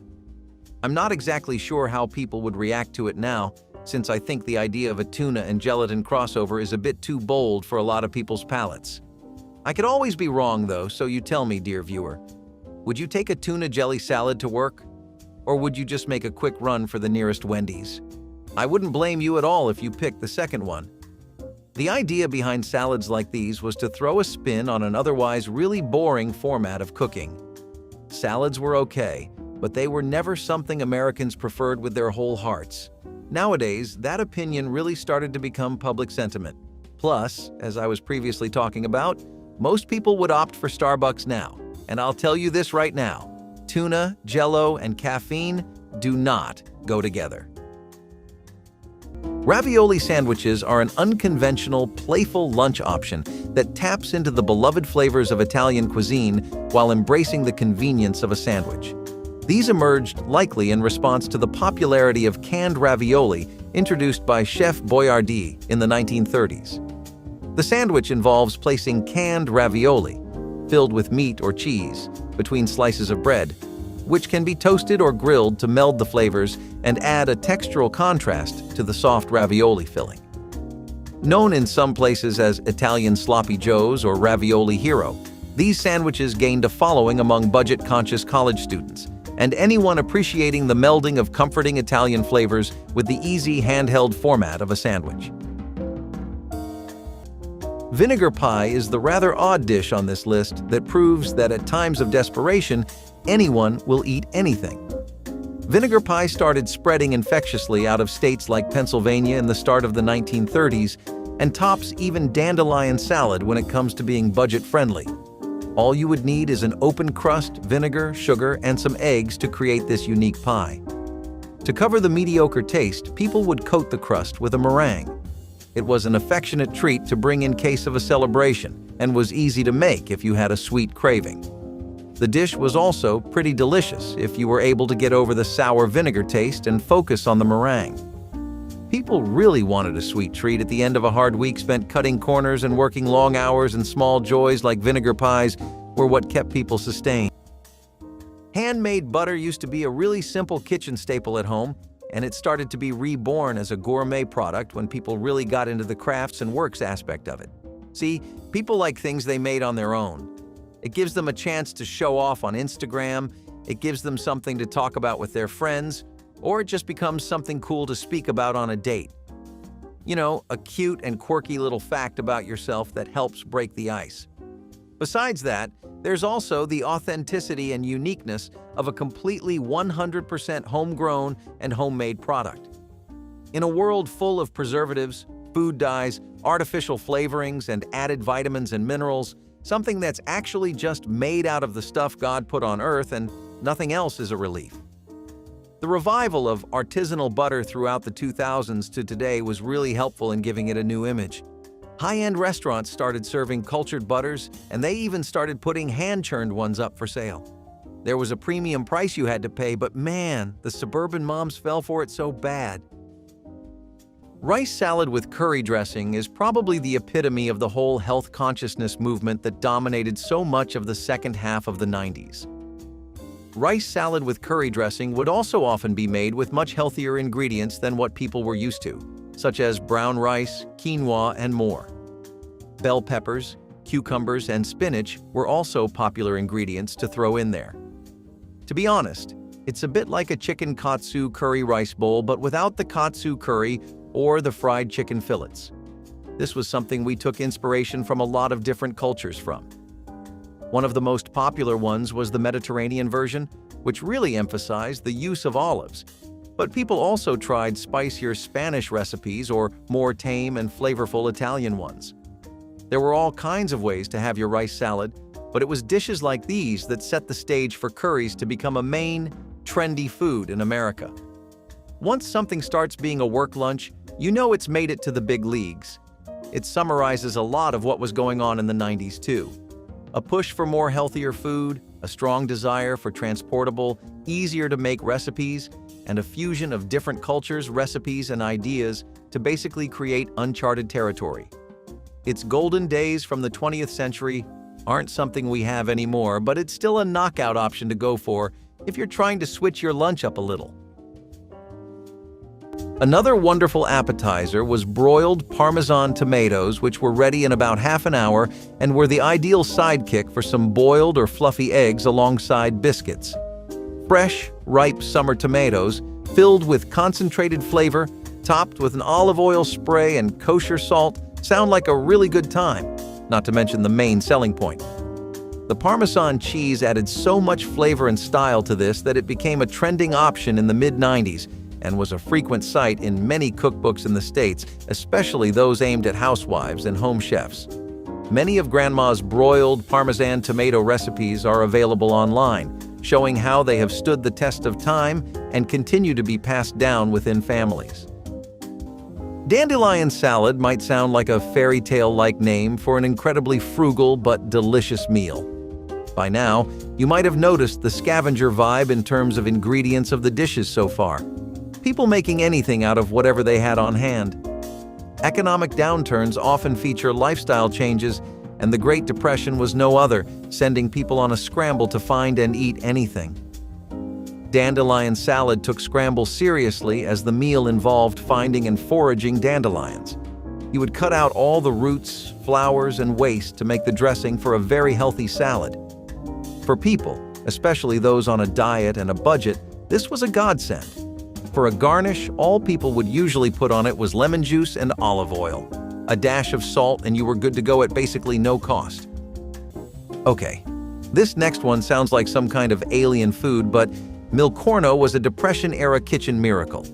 It was a government-invented mixture of cornmeal and dried milk powder, designed to be a cheap and nutritious substitute for more expensive foods. A research team led by Flora Rose developed Milcorno, Milkowato, and Milkweedo cereals in the early 1930s, and they were sold exclusively to the Federal Emergency Relief Administration for distribution to Americans impoverished by the Depression. It was claimed that by substituting Milcorno for flour and cornmeal, a family of 5 could eat for less than $5 a week. The best part about Milcorno was its versatility. You could use it as a base for porridge, bake it into cornbread, or even use it to thicken soups. And while it might not sound super exciting, Milcorno dishes could actually be pretty tasty with the right seasonings and a bit of creativity. With the rise of delicious cereals, there's no room for it in our diets now, but hey, no one's gonna judge you if you want to give it a try. Polenta's pretty much always been considered gruel food. It's made from boiled cornmeal and is something even Italian immigrants and Italian Americans consider to be a low-status dish. It was a recipe that was born out of necessity, but recently, lots of high-end restaurants and chefs have embraced it and appreciated it for how creamy it is and the versatility of the overall recipe. In the 1900s, most people were moving away from polenta because they were just more fond of bread and pasta. They were considered simpler, cleaner, and just overall more nice. Lots of Italians also shared the opinion, so there was really no one in polenta's corner. Until the middle of the 1900s. Sometimes you pull yourself out of your own rut, and that's what polenta did. The middle of the 20th century was a time marked by a lot of things, one of them being tourism, and one of the top countries for it was Italy. So many Italicans were visiting, and polenta, capitalizing on that via lots of high-end chefs reinventing it, serving it with things eel truffle oil and seafood, became a bit of a regional speciality. Now, as far as cold and chilled dishes go, a salad is something people can cope with, but cold roasted beef with horseradish sauce? By God, it's almost blasphemy. Really? Cold beef? You ever heard of that? It was a shock to me too. I think most of us have just grown up assuming all meat-related dishes are supposed to be served hot by default, you know? It was these thin slices of roast beef that were packed in a dipping sauce, but it was still something to get used to. Now, I'm not really sure what the idea was behind this. I guess it is true that microwaves weren't exactly a function of everyone's homes, and lots of sandwiches would just go cold. If you eat enough of those, it can definitely develop into like a habit, but to have this as a preference?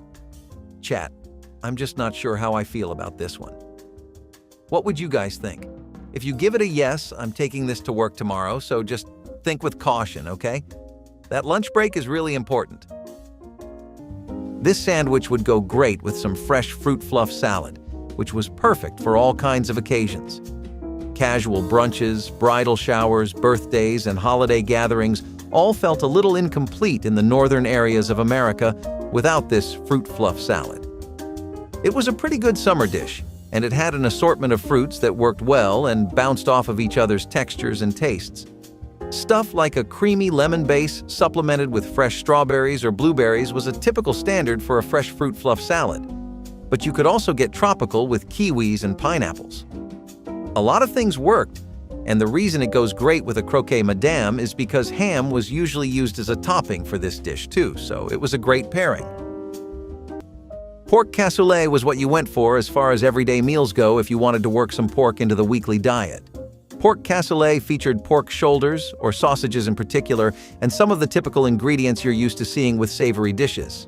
Tomatoes, onions, garlic, all your usual suspects. Except this time it uses white beans like Great Northern beans. The reason you ended a crock pot, particularly for this, is that it is a stew, and the pork needs to be browned. Now you can include breadcrumbs for a crunch on top, but it kind of messes with the stew-centric vibe, so people used to leave them out. As far as the flavor goes, this is all savory, and it does not hide that fact from you at all. The slow cooking really lets everything combine into one massive profile that feels like it's made up of many different flavors, instead of a lot of tastes fighting for which one gets to stand out the most. When this was popular, pork was leagues more affordable than it is today, and the fact that you could either make this into a stew or a casserole meant that a lot of families found a lot of use for it. It fit the tastes of almost every prolific area in the country, like California, the Pacific, or the South, and it did great at keeping everyone full. Here's a sandwich combo that might make you do a double take: peanut butter and mayo sandwich. Yes, you heard that right. Before PB and J sandwiches became a thing, peanut butter and mayo sandwiches was all the rage. Now, before you wrinkle your nose, this one tastes far better than it sounds. In the 1930s, peanut butter and mayonnaise were both affordable and readily available, making them a popular pairing. The creamy, salty peanut butter mixed with the tangy mayo created a unique flavor combination that some people swear by to this day. It might sound strange, but remember, during the Great Depression, you ate what you could afford, and this sandwich was cheap and filling. So, if you're feeling brave and want to try something new, make yourself a peanut butter and mayo sandwich. Who knows, you might discover a new guilty pleasure. Ploughman's Lunch was this really traditional British cold meal, and I guess you'll find a lot of these on the list. The basic combo here was basically just bread, some pickles, chutneys, apples, and cheese. You'd also get chutneys, which I'm not sure what that's worth. The British never really made good ones anyway.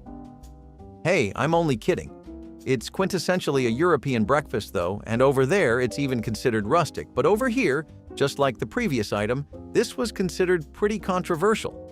Now, most of the setup here was something any pure-blooded American could work with. You have your farmhouse loaves, some sourdough if that's not your type, or even multi-grain bread. We've eaten Subway on hungrier days with those same options, right? It was just the cold meat part that wouldn't vibe well with a lot of people. I mean, really though, what do you expect? This is the land of cookouts with grills, deep-fried chicken fillets, and melted gooey cheese on just about everything. Cold just doesn't fit anywhere in that picture.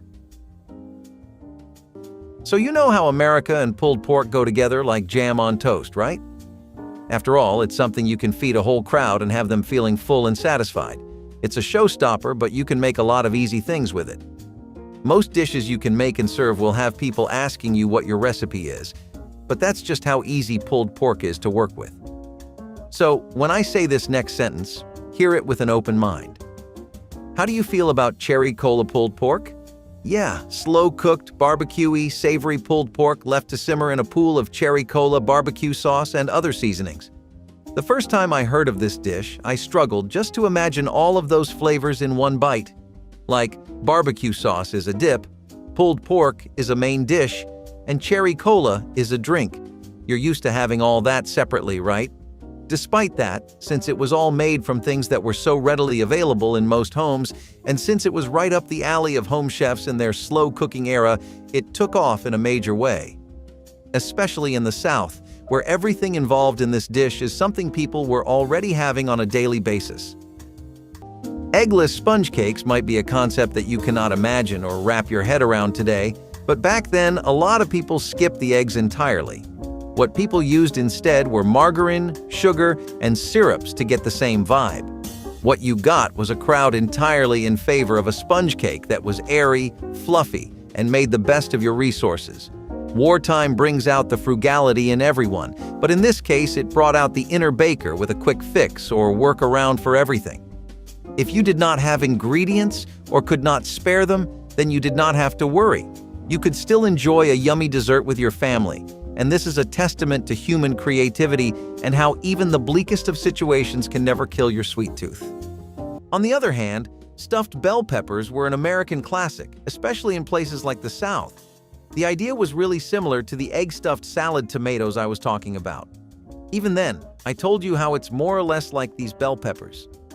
The idea here this time was to hollow these peppers out and fill them in with things like rice, tomato sauce, and ground meat.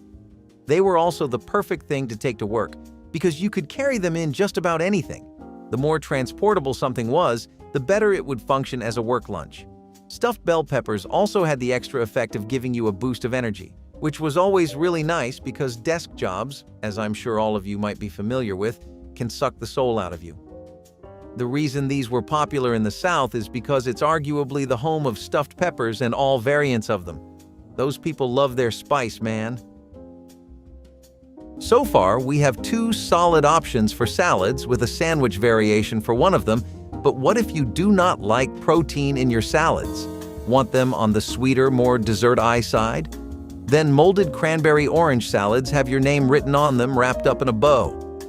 Some normal or raspberry gelatin and frozen cranberries, plus apples and oranges cut into wedges, would make for an incredibly sweet and delightful salad that had everything you wanted in it taste-wise. It also did wonders for your skin with a steady supply of vitamins and the benefits of cranberries. So not only would grandmothers make this for their beloved families, but they would sneak a bowl on the side for themselves too. Despite the ingredients being relatively easy to get, this was more of an upper-class dish popular in affluent areas. While we're on the topic of bizarre, meaty meals, Hog's Head cheese is another crazy one on the list. Now, don't let the name confuse you because the meal doesn't contain any cheese or in fact any dairy products at all. It is made with flesh from the head of a pig, typically set in aspic and usually eaten cold, at room temperature, or in a sandwich. The parts of the head used do not commonly include the brain, eyes, or ears, but everything else? It's all in there somewhere. This unique meat jelly originated somewhere in ancient Germany and instantly made its way to other parts of Europe. Many recipes use a bit of lemon juice to add a bit more flavor to the jelly. So most oatmeal meatloaf recipes use the oats as a side piece to, like, 2 pounds of lean ground beef, but that was obviously not what people were working with back then. Instead, the loaf was made entirely of layers of oatmeal, with sausages and bacon stuffed into it to give that meaty profile. Some dried onions and garlic meant that there was good enough reason to get the fine plates out, and there was always enough to go around too. Plus, grandmas really ran with the recipe right after the Depression ended and things started going back to normal. They would add things like tomato sauces and never spare the eggs or the flour. Probably why kids would love it so much since they went all out with it. But after going through a patch where this was a luxury, you cannot blame them for wanting to go the extra mile either. So this is a bit of a tricky name to pronounce even when you give it a genuine try, but it's worth knowing about this dish because of how good it is. Ballymaloe Irish lamb stew is something that comes all the way from County Cork, and lamb stew is something that Americans welcome with very open arms. You can particularly find this dish being spread in droves around St. Patrick's Day in any Irish-American community. Whether you're in New Hampshire or Rhode Island, which even today have a pretty solid amount of Irishmen living in them, you're bound to run into a Ballymaloe stew once in a while. Despite how good of a stew it is, with tender carrots, potatoes, and tender strips of lamb, and how simple the preparation is since it relies mostly on the natural flavors present in the ingredients, this dish actually flopped once before. Well, I wouldn't say it was a true flop, but it did fade out of the memory of the general public before too. That was before the 20th century, but ever since then it has been seeing a bit of a revival thanks to social media and Ballymaloe House, which is what it's named after. Either way, this is one of the best recipes to ever come out of a family cookbook. And if you've ever had one while at an Irish friend's home, then you know exactly what I'm talking about. If you are considering giving up Starbucks as a hardship, just try making your coffee out of these plants. Dandelion coffee came into existence during the Dust Bowl when people could not afford coffee beans and other products. That's right.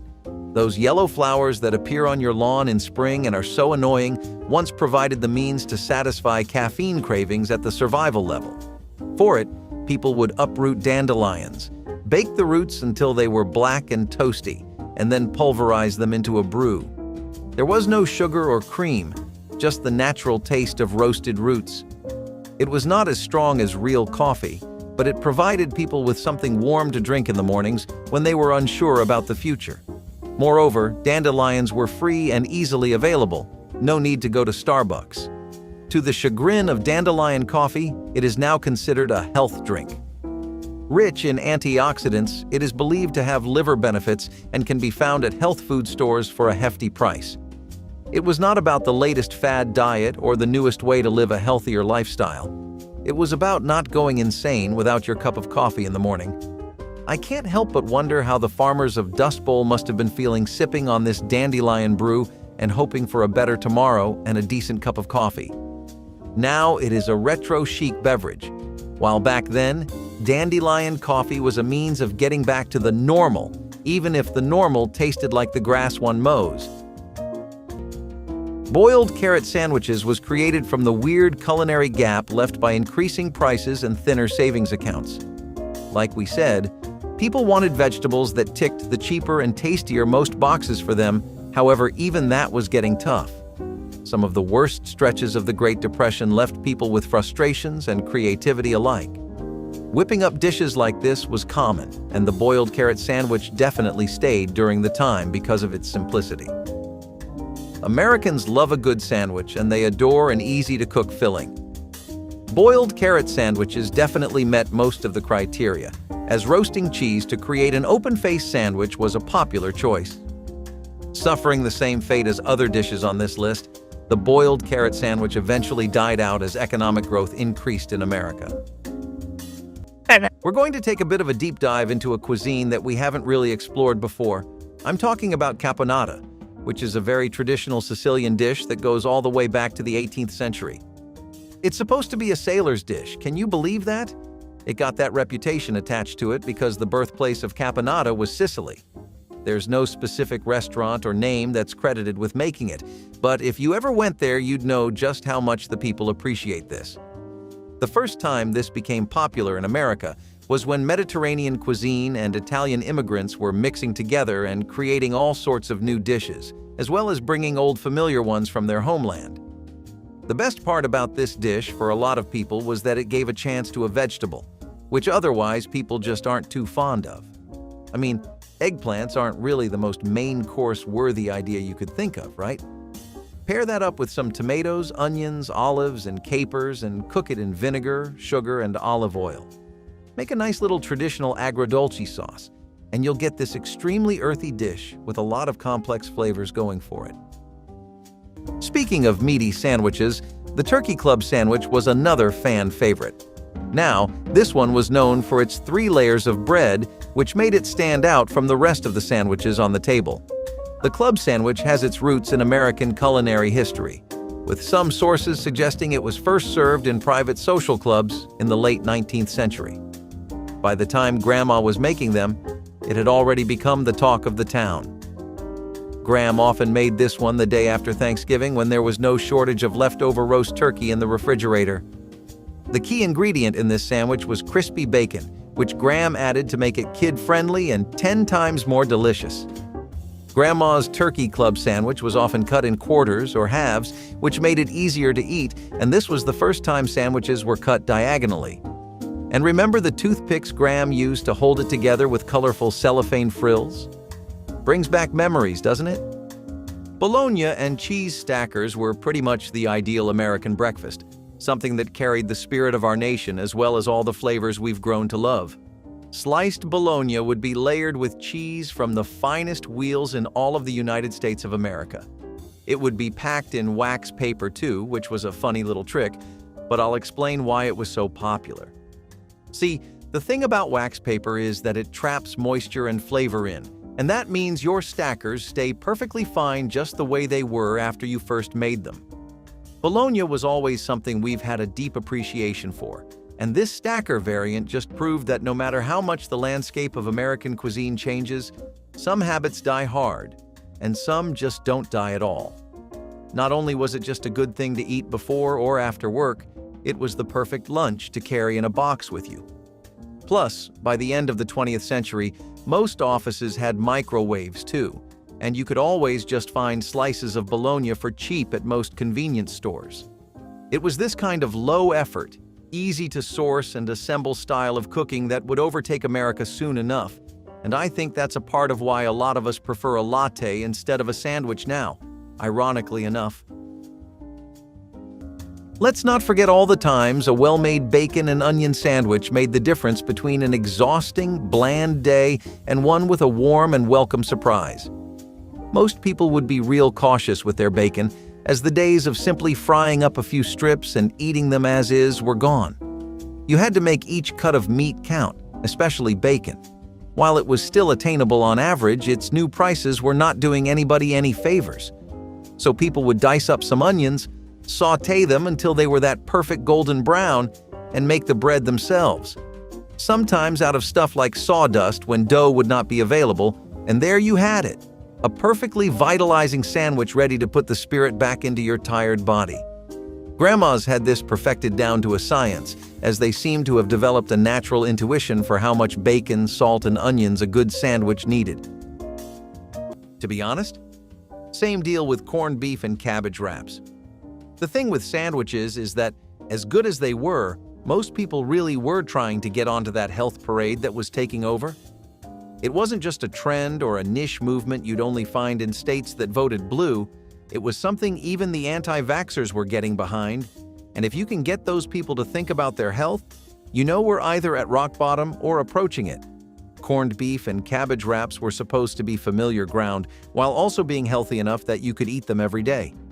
Plus, lots of people had grown pretty accustomed to eating cabbage thanks to victory gardens, which were just makeshift gardens you would have in your backyard during the Depression and grow crops out of. These were actually really good too, and with canned corned beef becoming a widespread item in most stores, it was only easier to make at home. Even someone who couldn't cook could just make and assemble this on their own.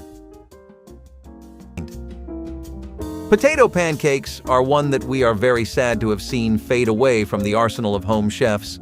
Pancakes made with matzo or applesauce topped with garlic or fried onions made for such a mouth-watering meal. Low-income households back in those times were struggling to buy produce. Farmers' markets were uniformly unaffordable for middle-income households due to creeping inflation. People needed a vegetable that was cost-appropriate and easy to make in batches. Enter the potato pancake, which revolutionized the breakfast scene in a struggling time. As times improved, people slowly started going to more fancier and creative breakfasts, unfortunately leaving simpler dishes behind. Potato pancakes took a backseat in the face of changing food and economic trends, but anyone from the era will rave to you about the godsend these were. If we take a small intermission from the dessert side of things and step on over to some hearty, comforting, and homely soups, we'll find a golden recipe lost among the cookbooks of the 20th century that don't get to see the light of day anymore. Pea and ham soup got its name because of how affordable it was. This is probably the cheapest thing on the list to make. Actually, it literally costs just a few cents. All you needed was ham and peas. You'd simmer them in the crock pot with diced ham and some vegetables like potatoes and celery, then slow cook it until the soup got thickened. You'd get this incredibly creamy, lovely soup that was just perfect for winter nights or after a long, exhausting weekend.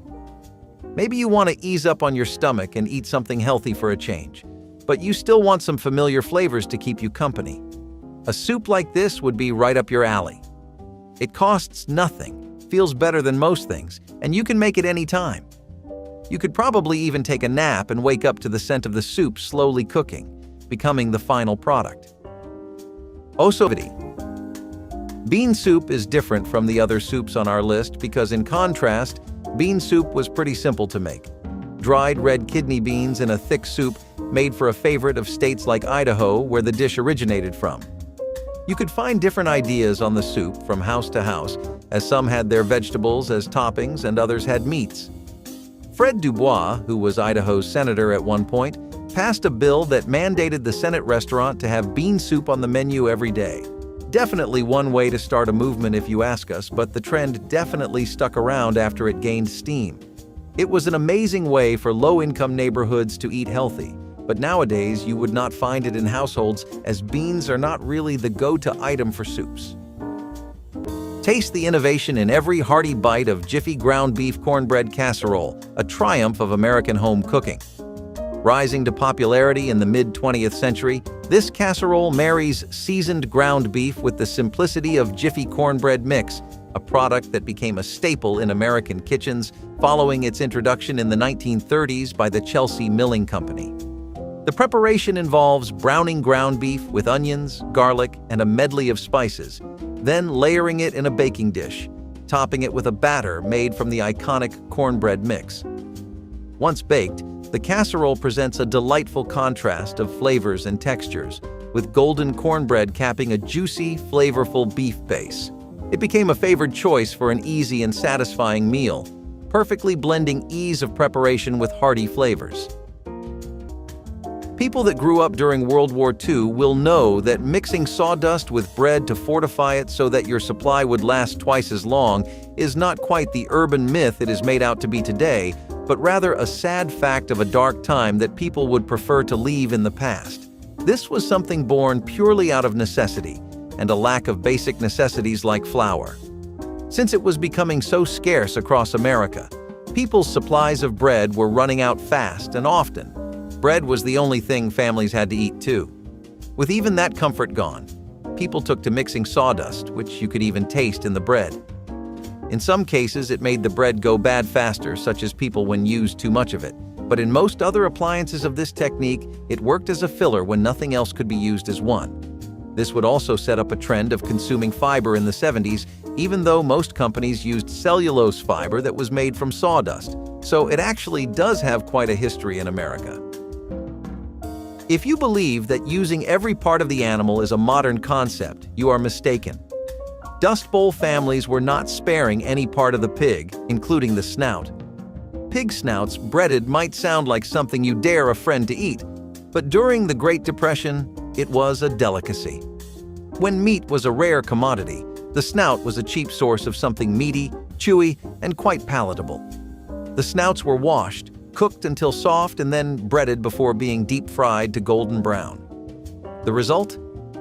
A crispy outside and a very tasty meat on the inside. Well, yes, the texture may have been somewhat unusual, but when you are hungry, you don't mind. Real quick, if you're loving this content as much as we loved making it, hit subscribe to stay connected and help us reach even more amazing folks like you. To Dust Bowl families, pig snouts breaded were not just edibles, but a way to pay tribute to every pound of what little they had. No part was wasted, while such meals ensured that scarcity became resourcefulness. Nowadays, breaded pig snouts can be found only in some culinary forums, but they are a vivid example of how people tried to feed themselves when there were no chips, but snouts. Would I try it? To put it in perspective, if my grandma was to prepare it with a wink and a smile, I'd be willing to take a bite. Indeed, when you survive, you become brave and perhaps a little curious. But would you try it? Leave us the answer in the comments below. The key to a good sandwich was in its simple ingredients, and Graham knew it better than anyone. That's why she whipped up the classic chicken salad sandwich anytime we craved some comfort food. Chicken salad has been a beloved dish in American homes since the mid-1800s. Grandma decided to make it into a hearty sandwich to make snack time better. Grandma's version of the chicken salad sandwich often included unique ingredients passed down through generations. Depending on where your grandma hails from, her chicken salad sandwich recipe might have a regional flair. In the South, you might find it spiced with a bit of mustard or pickle juice, while in New England, cranberries might be tossed in for a touch of tartness. Next up, a dish that sounds almost too simple to be true: tomato sauce with mashed potatoes. I know, it doesn't exactly scream gourmet, but remember, we're talking about a time when people were just trying to survive. This combo was a way to stretch those precious few ingredients. During the Great Depression, potatoes were a cheap and filling staple, and tomato sauce was an easy way to add flavor. This dish was essentially a plate of creamy mashed potatoes topped with a savory tomato sauce. It might sound a bit unusual, but this combination was a hit because it was cheap, easy to make, and comforting. Plus, potatoes were versatile. You could mash them, fry them, or bake them depending on what you had. So, if you're ever in the mood for a simple yet tasty meal, try tomato sauce with mashed potatoes. Let's see if this humble dish can impress our modern taste buds. This recipe really made a name for itself during the mid-1930s to 40s when people were facing a dire shortage of eggs. Still, if you did not have even some potatoes on hand but still wanted a pancake to cheer your kids up, you would go for eggless pancakes. Some shortening, sugar, milk, and salt were all you needed to make this version of the beloved American dish. Plus just some water to bind if you could not find any milk to spare. Lucky were the homes that had lard, as that really made for some fluffy and thick cakes, but complaining was not really something people did during those times. A simple recipe like this let them revisit the taste of pancakes from back when they had fully stocked fridges, after all. Tuna Jello. Salad is a striking example of mid-20th century American culinary creativity, combining seemingly incongruous ingredients like canned tuna and lime-flavored gelatin. This dish first emerged in the 1950s, a time when gelatin salads were all the rage. The process involves dissolving lime jello in hot water and mixing it with canned tuna, finely chopped celery, pimento, and hard-boiled eggs, then letting it set until firm. Served on a bed of lettuce and often garnished with dollops of mayonnaise or whipped cream, this salad blends savory and sweet in a mold that is as eye-catching as it is unique. Often featured as the centerpiece at luncheons or as a dinner entree, its unique combination of ingredients and textures made it a memorable, if somewhat unusual, dish. Back in the day, when you were out of just about everything except sugar, flour, and fruit, a vinegar cobbler was your only option. No surprise that it was also known as one of the famous desperation pies. Desperation pies are pies in American cuisine made using staple ingredients like butter, sugar, eggs, flour, and any other ingredients that cooks had on hand to complement them or substitute for ingredients that were out of season or too expensive. These pies were more common before refrigeration and canned pie fillings, and during times of hardship like the Great Depression and rationing of World War II. When fresh fruits were hard to come by, people turned to vinegar to mimic the tartness of fruits like apples and lemons. This cobbler used a mixture of vinegar, sugar, and spices to create a filling that, when baked, tasted surprisingly similar to a fruit cobbler. Instead of chunks of fresh apples, those on a budget would use apple cider vinegar to fake the acidic taste. The crust was made from basic pantry staples like flour, sugar, and butter or lard. The dish reportedly tasted like a custard made from salt and vinegar chips, a rare dessert that leaves the roof of your mouth tingling. That's a wrap on 2 hours of forgotten survival lunches from your grandparents' time. Share your favorite in the comments, and don't forget to like and subscribe for more.